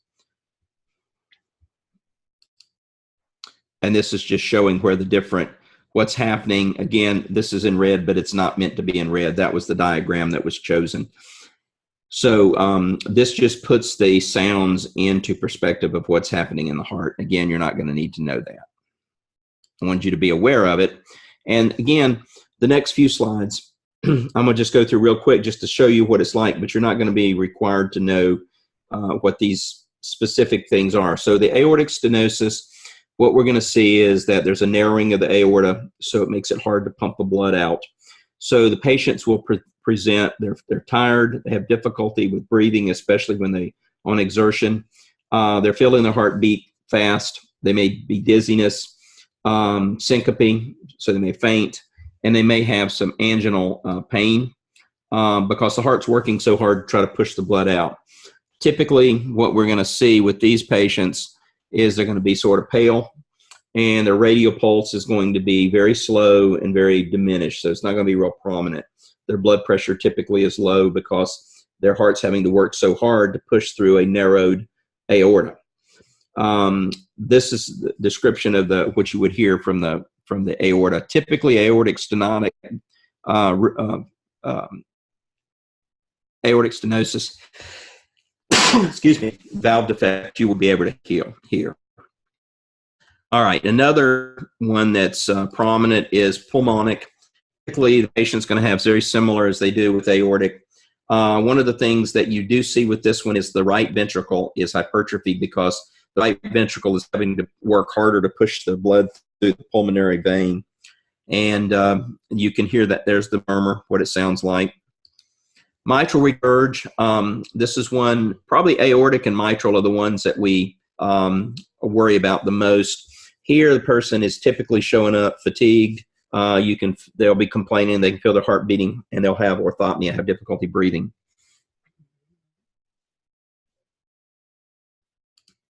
The tricuspid, one of the things we see with this one is the neck veins. Since everything is backing up, blood is not being pumped out of through the tricuspid valve, and so what you see is their neck vein sort of is pulsing, and a lot of times their liver is enlarged because there's back pressure on the liver, and the liver's getting congested. And then mitral stenosis, the mitral valve is narrowed, tired, feeling the heartbeat, having difficulty breathing, pulmonary edema. What's happening here is that things are backing up into the lungs, and their pulse a lot of times is very diminished and very irregular. And then tricuspid, the arterial pulse is diminished, and there's a pretty prominent jugular pulse. The jugular pulse, you look in the neck, and you can actually see the jugular vein sort of pulsing there.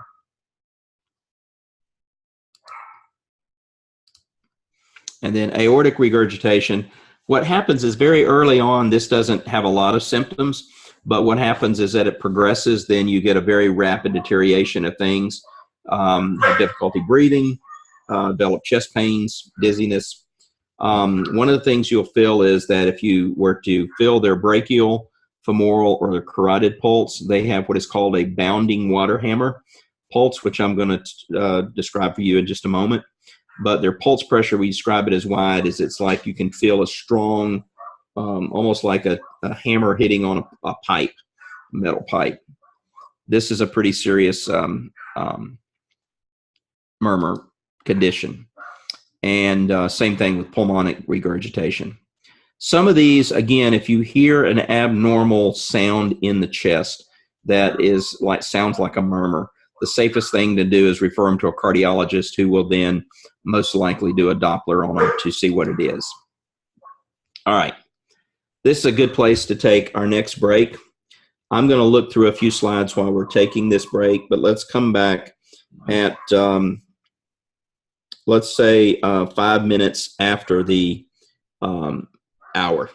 Okay, I think Aiden is taking the attendance right now. So let's take a short break, and I'm going to flip through some slides, but we'll start back at 5 after the hours.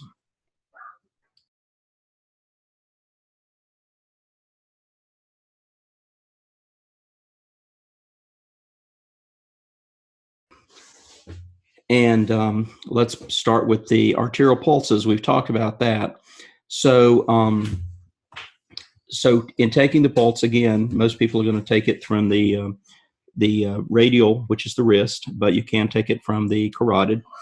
There's a couple other places that you should that you could also take it from.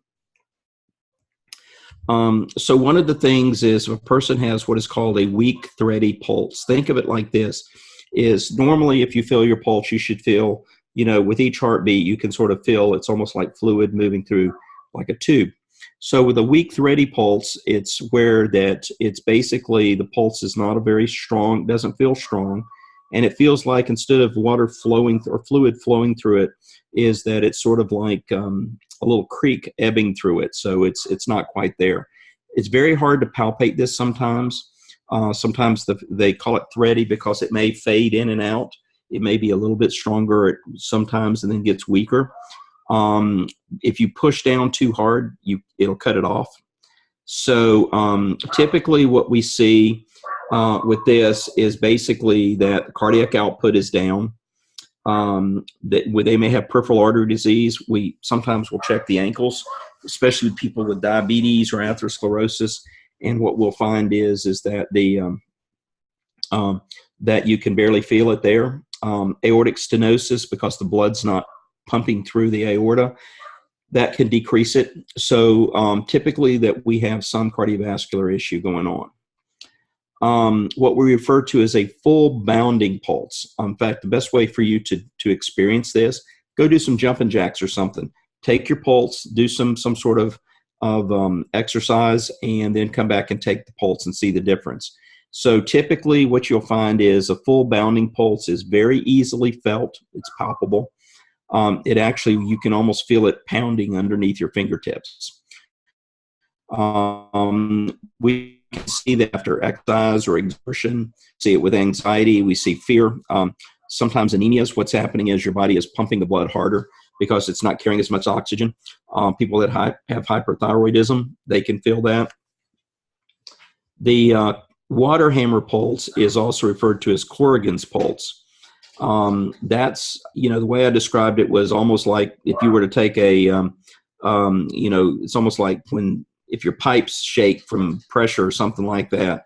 So the pressure is greater than normal. And so what you feel it's like feel the pulse and then it sort of collapses down. And we see this with pretty much aortic valve regurgitation. In younger people, if they have the patent ductus arteriosus, that's the opening between in the heart that normally is there when you're first born and then closes up, we would see that. Pulsus bigeminus. What you've got here is it's like two beats coming close together.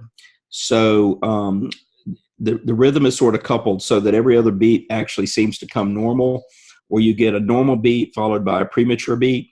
The premature beat is not quite as much because the heart has not filled and has not does not pump it out enough.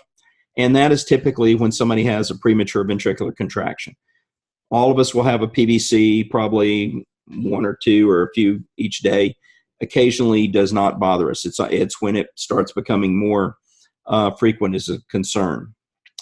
Pulsus alternans. So what we see is that it's a regular rhythm, so you feel the pulse, but the difference is the strength of the pulse actually alternates between beats.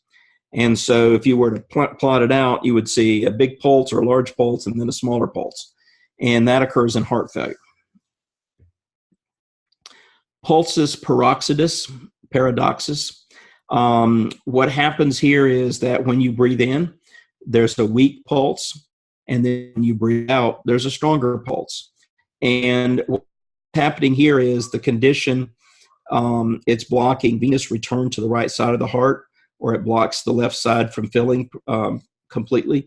This can occur with cardiac tamponade, so that you got fluid or something around the heart pressing down on it. Can occur with a pulmonary embolism. So that's the pulsus paradoxus. And that one seems to be coupled with respiration. And pulsus biciferans is that each pulse has a strong peak. So you've got two strong peaks and a little bit of dip. And that is usually with an aortic valve. So each pulse, it feels like it goes sort of like that. And there's like two strong beats, but a little bit of dip. And we see that with with primarily aortic valve problems. Again, these are the next slides we want to review. So again, one of the things I want you to know is I want you to make sure, this is one of these things that you sometimes say, oh, I know that, you forget to look it over. So this is the position of the abdominal organs in the chest. Or in the body. So give you some landmarks. Let me get a pen here. You should know these landmarks. Here's the rib cage. So we got the rib cage here. Here is the tip of the sternum. Here's the clavicles up here. The rib cage goes down and it goes up to the sternum and then back down and under. So put this into perspective. So where's the liver? Here's the liver, the dark area. Let's get up.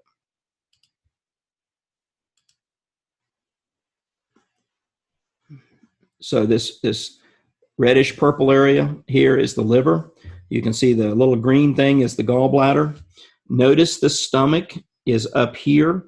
It's underneath the sternum. It's slightly displaced to the as we're looking at this, it's slightly displaced to the right as we're looking at it. If you're looking at it, it's the left. A lot of people, when they say they have a tummy ache, they're actually referring to the intestinal area down here. Here's your appendix. This is the rectum down here. The small intestine, large intestine goes up.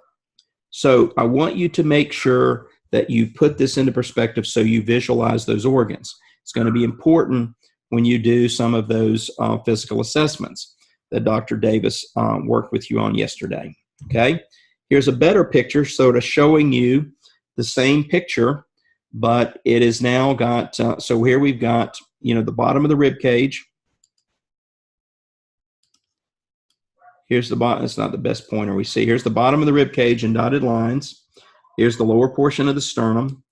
Notice here's the liver, there's the gallbladder, here's the pancreas. Stomach is right here, sort of behind, in front of the pancreas. This is the transverse colon. This is the ascending colon, descending colon, the small intestine. Okay? Make sure you have those organs, you know, in your mind of where you have them. What I've also done is I've given you a diagram that is showing each of the, so I could ask you a question. This is not in red, but you should know it. So if I were to ask you, where is the liver? Which quadrant of the liver? Which quadrant is the liver in? Then you would say the right upper quadrant, but we also have some of it in the left upper quadrant, but it's definitely not in the right and lower quadrant. If I ask you where the appendix was, that would be the right lower quadrant. So you should be able to tell me, if I tell you which quadrant, what organ is where. Okay, make a little note that could show up sometime later. Now, Dr. Davis went over these palpations with you. I'm going to point out just a couple things. I'm not going to go into those. The key point here is, I think she told you this too, is the edge of the liver can sometimes be palpated. Basically, when your diaphragm, when you push down on the diaphragm, it will push the liver. When the diaphragm pushes down during inspiration, so as you're breathing in, it will a lot of times push the liver down lower. And if it is palpable, you should be able to, if you put your fingers right there around the lower portion of the ribs, basically that's what we're referring to as the costal margin. Basically, you may feel the liver bump your fingers. You don't want to have to dig up underneath there. That's the biggest thing I see with people doing physical assessment is when we tell you to try to palpate something, people feel like they have to reach in there. And if you do that, you're going to bruise some people's ribs, and you still may not be able to feel the liver. So in some patients, you may not be able to feel it. You will possibly be able to feel it in most patients, or at least feel the edge of it. They use a hooking technique, which is where you're standing at the person's shoulder and you're basically hooking your fingers over the margin of the ribs. She showed you that, I think, and gave you a couple of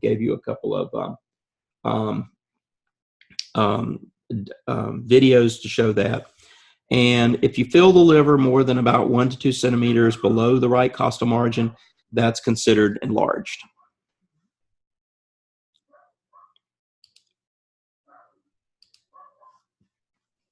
And what we're going to do is, what we want to know about the liver is basically how much further down it is, whether it felt hard, nodular, feel bumpy, if they complained of tenderness. And you don't want the tenderness to be from you trying to push your hands down up under their ribs all the way to try to grab the liver. But again, that's one of the biggest things that we see people do, is that they are so intent on feeling the liver that they, basically try to dig for it, is the term that we typically use. The spleen, generally it's not palpable. The spleen can get pretty large. In fact, the spleen can actually can go up to about 3 times its normal size. And so you don't want to really push down hard on this. I'm not going to go over the palpation. I just want to reemphasize this, is that if the spleen is really enlarged, it can actually go down into the lower quadrants. So typically you're going to see the spleen up in the upper quadrant, but if it goes down to the large one, you want to be very, very careful, because if you feel the spleen and it's enlarged, the spleen is not a very tough organ. It's very possible that you can rupture the spleen.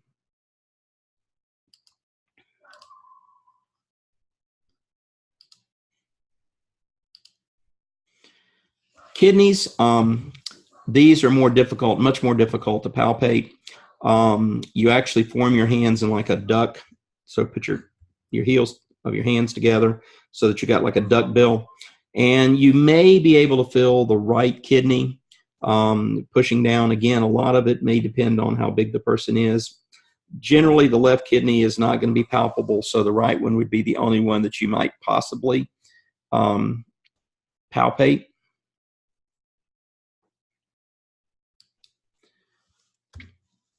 And Eddie, let's see, I missed your question here, Joy. Let me see if I can move my pointers. My mouse is not working. To get over here to move this too.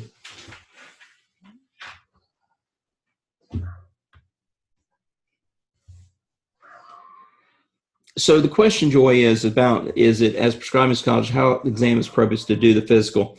But I mean, listening to the heart rate and blood pressure definitely is there. Again, if there was a reason for you to do I mean, most people, my opinion, I was going to say is that most of the time you're not going to be palpating the kidneys or the spleen. There are psychologists that believe that they're going to, that the liver palpation may be an issue. Many of the psychiatrists usually are not going to do that.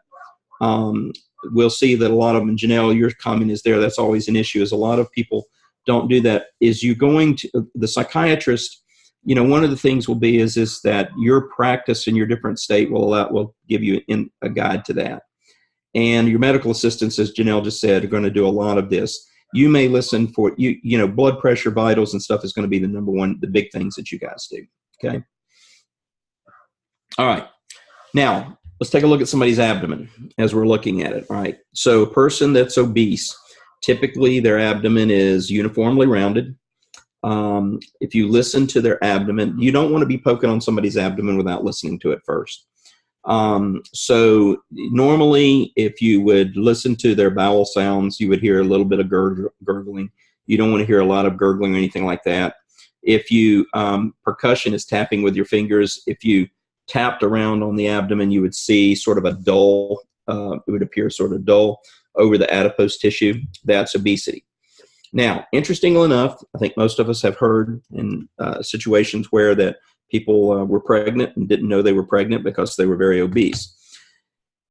Sometimes people's abdomen can actually be extended because of air gas. Typically, what's going to happen is that it's going to look not uniformly rounded. There's going to be like a single round curve.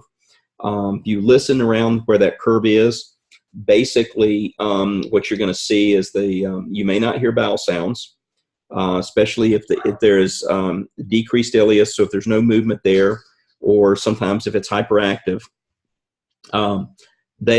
Sometimes this can have a spasm over the abdominal wall, but the air gas is usually like a single rounded curve. Ascites is something that you would want to know. Ascites, basically, their stomach is going to be like the watermelon belly or a basketball underneath their stomach. The skin is stretched, it's glistening. They put on weight fairly recently. When they're supine, their flanks sort of bulge a little bit because the fluid moves back there and pushes them out. The bowel sounds are normal, but over where the ascites is, the fluid is, you can't really hear them. And if you tap it, you can actually produce a percussion fluid wave. It's sort of like if you tap it, you can feel the water or the fluid move. Some women may have ovarian cyst. In the lower half of the abdomen, what you may see is that you got normal sounds over the upper abdomen, but you may be able, with your stethoscope, you may actually hear an aortic pulsation over where that cyst is. Sometimes we do have people that are extremely constipated for various reasons, and they can have localized distension.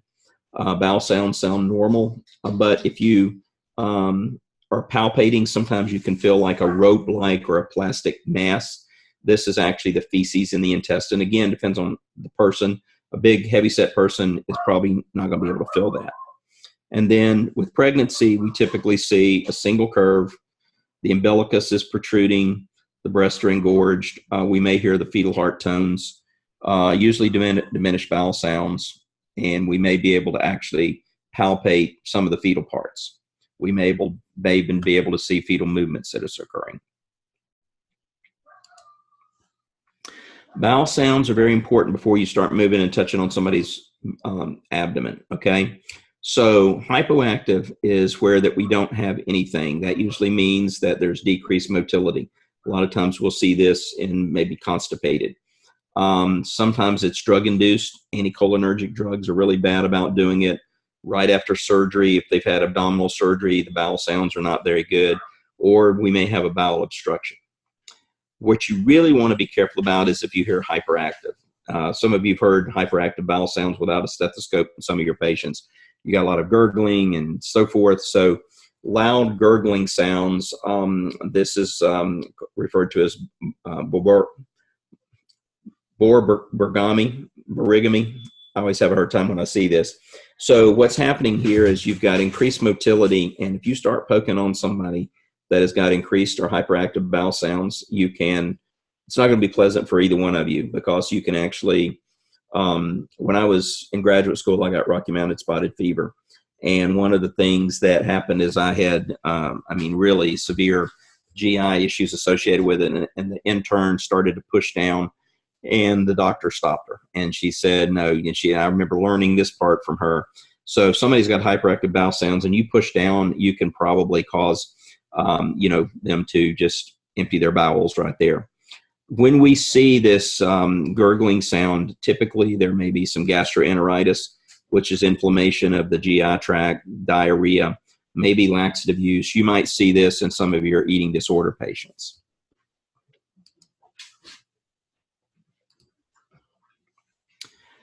All right. Now, with abdominal pain, what we find is thinking about, again, if you were palpating or doing a physical assessment, be aware that if somebody has got something going on, it can be very tender. They may have what is called guarded, which is they pull back from you. So what we look for is if we have pain in the liver, typically this is going to be due to a hepatitis, which is simply inflammation of the liver. Typically what we're going to see is the pain is mild to moderate. They typically describe the pain as a dull pain in the upper quadrant or epigastrium, which is the epigastrium is right underneath, where the stomach is, right underneath the rib cage there. A lot of times they're not eating. They may be nauseous. They may have malaise, may even have a low-grade fever. Okay, so that's typically what we see with hepatitis.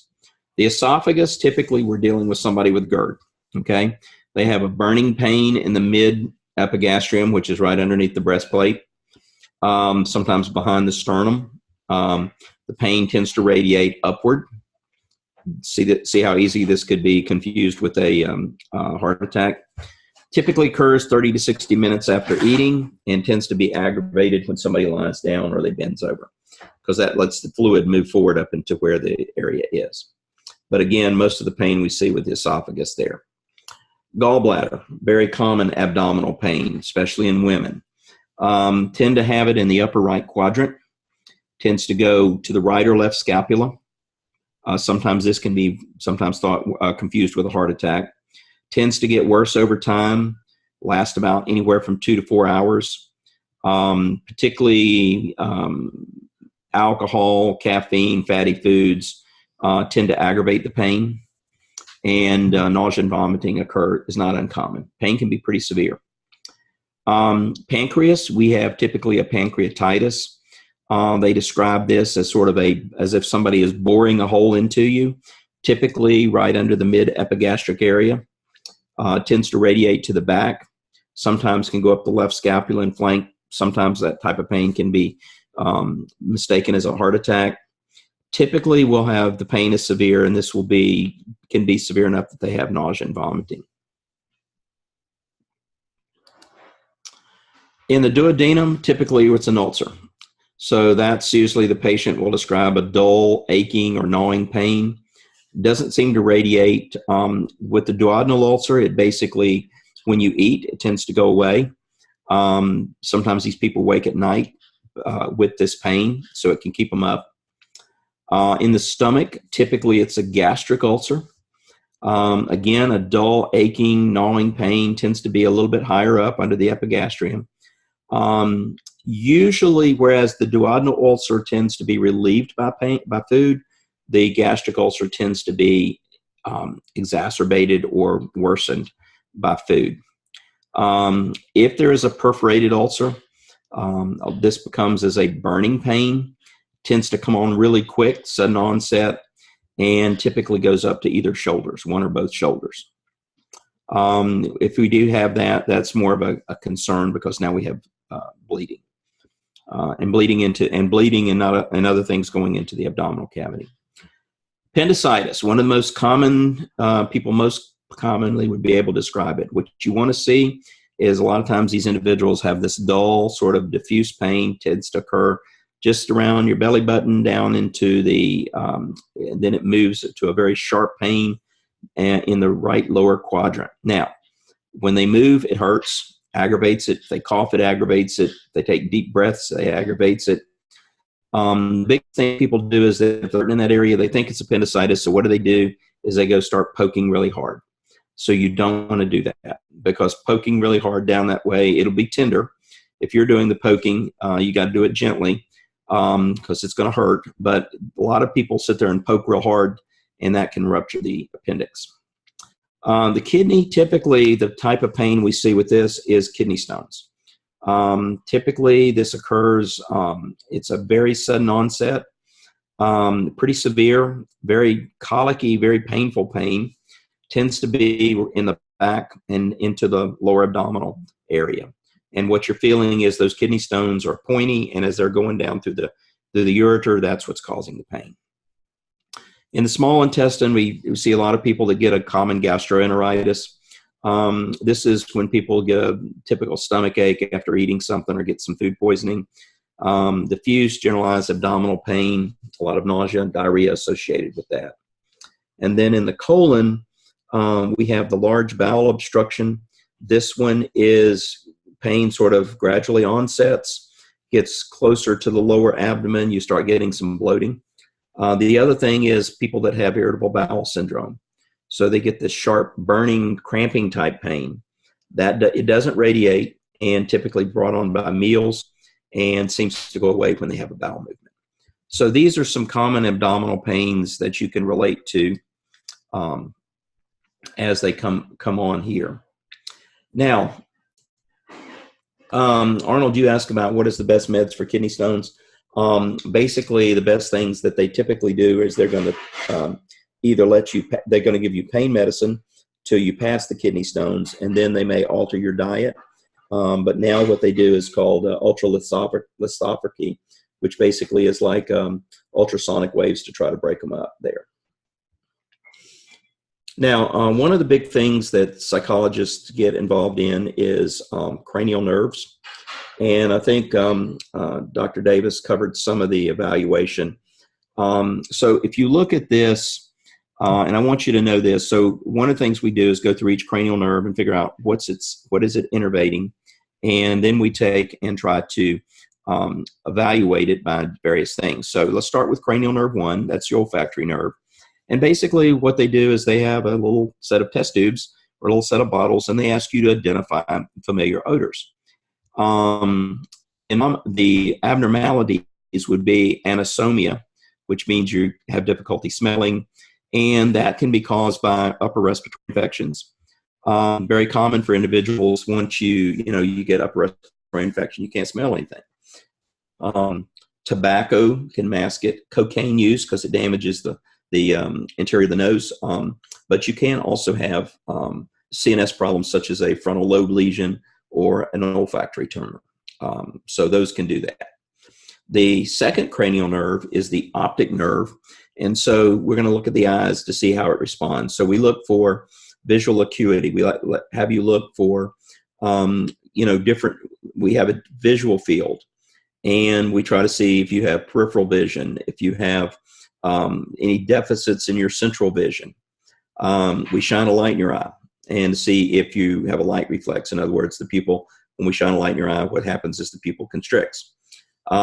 We look to see if there's any abnormality around the eye. So what we're looking for is any defect in your peripheral vision. We look for an absence of a light reflex. We look for papilledema is some engorged blood vessels and capillaries. The eye is one of the places we can actually see the blood vessels. So by looking at your retina, we can determine if there is damage to the retina, if there's lesions in there, if there is atrophy or damage to the blood vessels.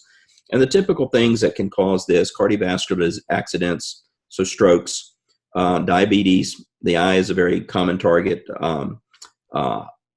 Cardiovascular abnormal hypertension, for example, changes in intracranial pressure, glaucoma. One of the big things we see, we measure the ophthalmologist will measure your pressure in your eye.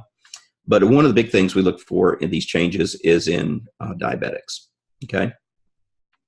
The third cranial nerve is oculomotor. And so it's looking at the eye muscles that control your eye. So we're going to look at your eye and see how your eye moves. And we're going to look for, first of all, do you have dilated pupils? Do you have a droopy eyelid? Is your eye sort of turn out, so to the outside more laterally? Are you able to turn your eye, look up, look to the side is what we have you do. And we look to see if you can move your eye up, down, or to the side. Okay. That's measuring the ability of these muscles, the extraocular muscles, to move your eyeball. So when we have an abnormality, this can be due to paralysis of the cranial nerve. So the cranial nerve is not working, so you can't do that. Myasthenia gravis can cause these things. It affects the skeletal muscle, which would control your eye. Horner syndrome, we talked about that earlier. So that would typically be on one side, where we're seeing an abnormality on one side. We can have some drugs can interfere with this.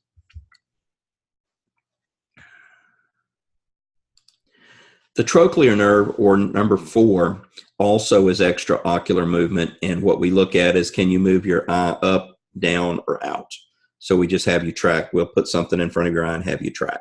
Brainstem tumor is the most common cause of a problem with this eye, with this nerve. The trigeminal nerve, number 5, picks up superficial touch. It also takes care of the corneal reflex, which is, as you start to touch your cornea, you tend to blink. It affects the muscles going to, it's the nerve that controls the muscles in your jaw that allow you to clench your teeth. So one of the things we do is we'll take something, a very fine piece of cotton or something, and we'll try to touch around your eye to see if you feel it.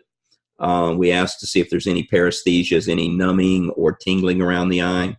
Do you blink? So for example, if your corneal reflex, once you get close enough, you'll blink. If you don't blink, then that suggests there's a problem.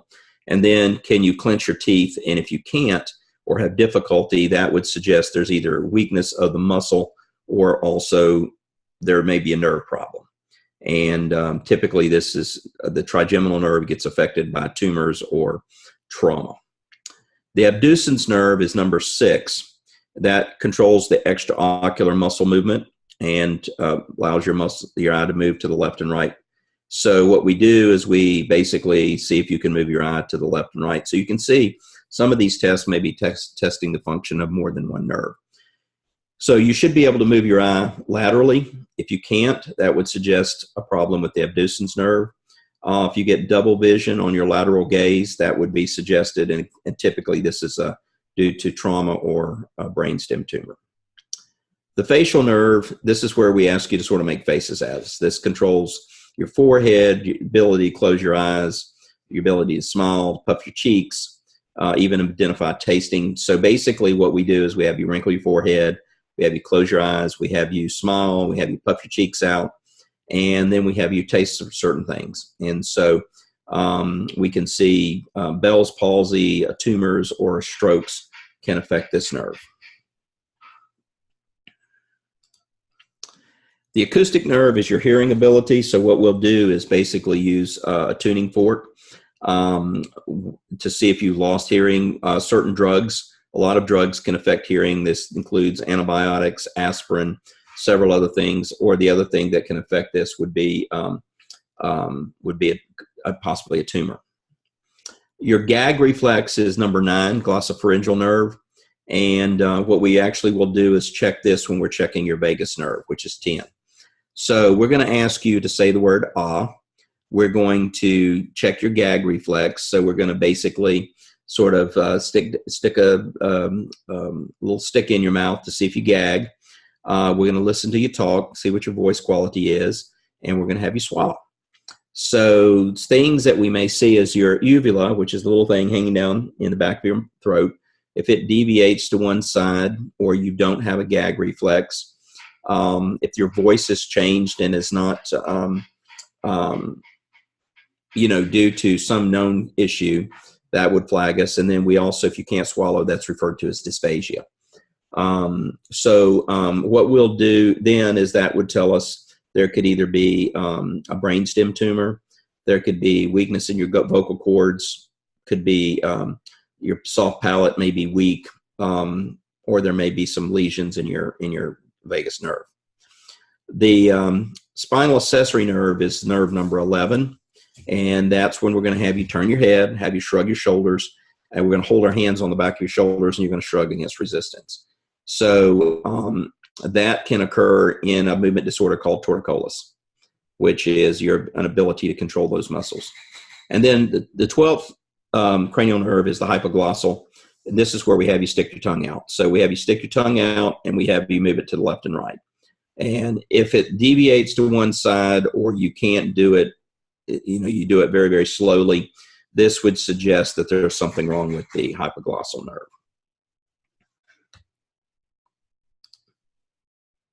And I think Dr. Davis went over these yesterday. Now, let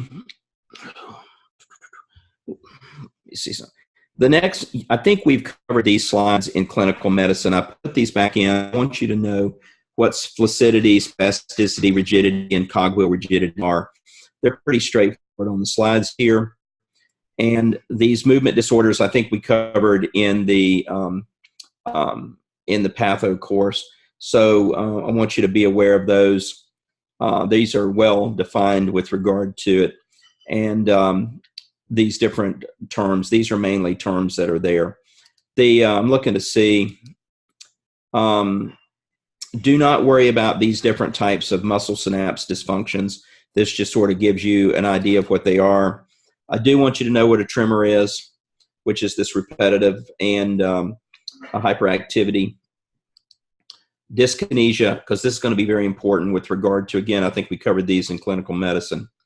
And dystonia and myoclonus. These are terms that we will use for movement disorders. One of the big things that we're looking at is Parkinson's disease. You're going to see Parkinson's patients, their onset is usually before 50 years, is rare. Typically that means that it's going to be it's a worse condition or worse prognosis. We do see, we're going to cover these some more too with when we get into pharmacology, so we'll go back to this. Realize that we don't have a true diagnostic test for Parkinson's disease. Actually, we look at some things that suggest it and rule out other things, but a positive diagnosis really can't be made until literally death, when we have to do an autopsy. We do see that while the person's alive, that we look for if they have resting tumor, bradykinesia, rigidity, or postural imbalance. If they got at least 2 of those, that suggests it's Parkinson's disease. Also, if they respond to levodopa, that's pretty supportive that it is Parkinson's, but again, definite diagnosis requires postmortem. And basically what's occurring here is that the substantia nigra is losing its pigmented neurons, and we get a dopamine deficiency. Keep in mind that a lot of drugs can cause Parkinson's disease, so we need to make sure that none of the drugs the patient's taking is actually causing that. And let's see. Tics, we find that this buildup, it's sort of cyclic, tends to increase with stress. They go away, or they're not present when you're sleeping or really relaxed. But we don't really know what causes those. I do want you to be aware of what tardive dyskinesia is, because it's important that you identify this early with some of the drugs that you're doing.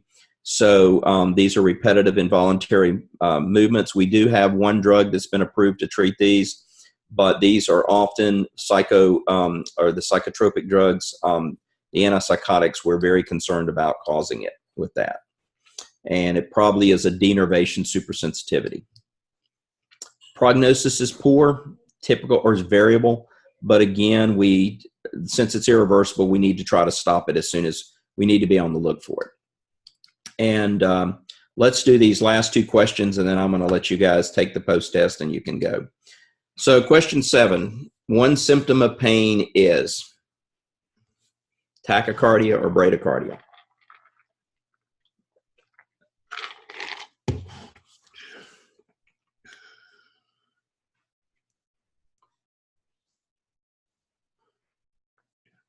We'll give you credit for it, Jason.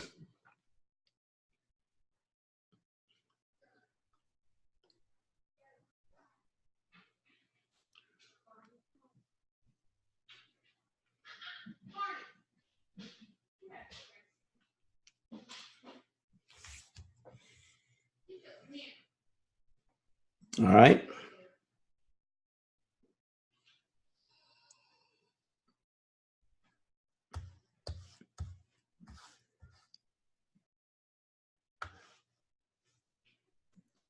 Does anybody need more time?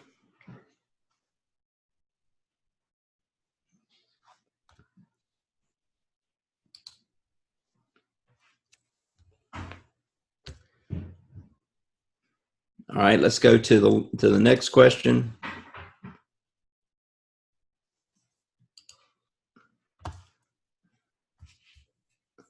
For some reason, my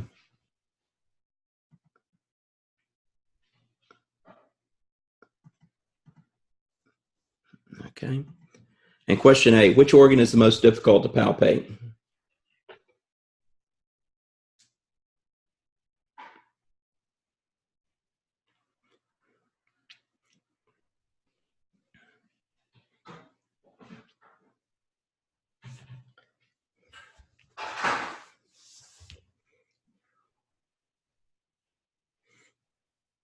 You could make an argument that all of them are difficult to palpate depending on what the stage is, but it's actually, the kidney is almost impossible to palpate, so it's very, very difficult. Okay, so I think this is the last of the slides that we have here. Yeah, so from a standpoint of this, we're going to stop here, and there'll be, I think the post-test will be, I think it's been fixed so that the answers aren't going to be shuffled. The correct answer to this was the kidney, by the way. And so the post-test shouldn't have the answer shuffled, so that should do away with the thing. It's pretty much the same post-test. It's the post-test which was based on the pre-test that Dr. Davis did, because pretty much we overlapped with a lot. I just reinforced and went over some things slightly different. We'll try to have the test up for this material. I've just about got it made, so I will try to get it to Aiden by tomorrow, and he can get it posted, so it should be up. So this is the last physical assessment course class in this course. So you guys, when you take the test, you put another one under your belt. The next topic we're going to get into will be pharmacology.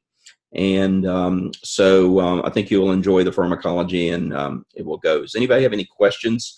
You guys have been great with this course. I appreciate y'all doing it. I'm glad that Dr. Davis' lectures went well and that you did it. Any questions or comments? If not, I will wish you guys a good afternoon. Aiden, thank you so much for your help. And the post-test will be up until tomorrow afternoon. Is that correct, Aiden? Or tomorrow morning? Yes, until morning, until 9 o'clock Monday. Very good. Jason, will you be doing? Yeah, I'm assuming the pharmacology is 4 weekends. So I think that's, I think it starts in 2 weeks or 3 weeks. I forget which the first date of it is. To my knowledge, there's no off quiz, but I will let you know because I'm not planning on it since we finished this course.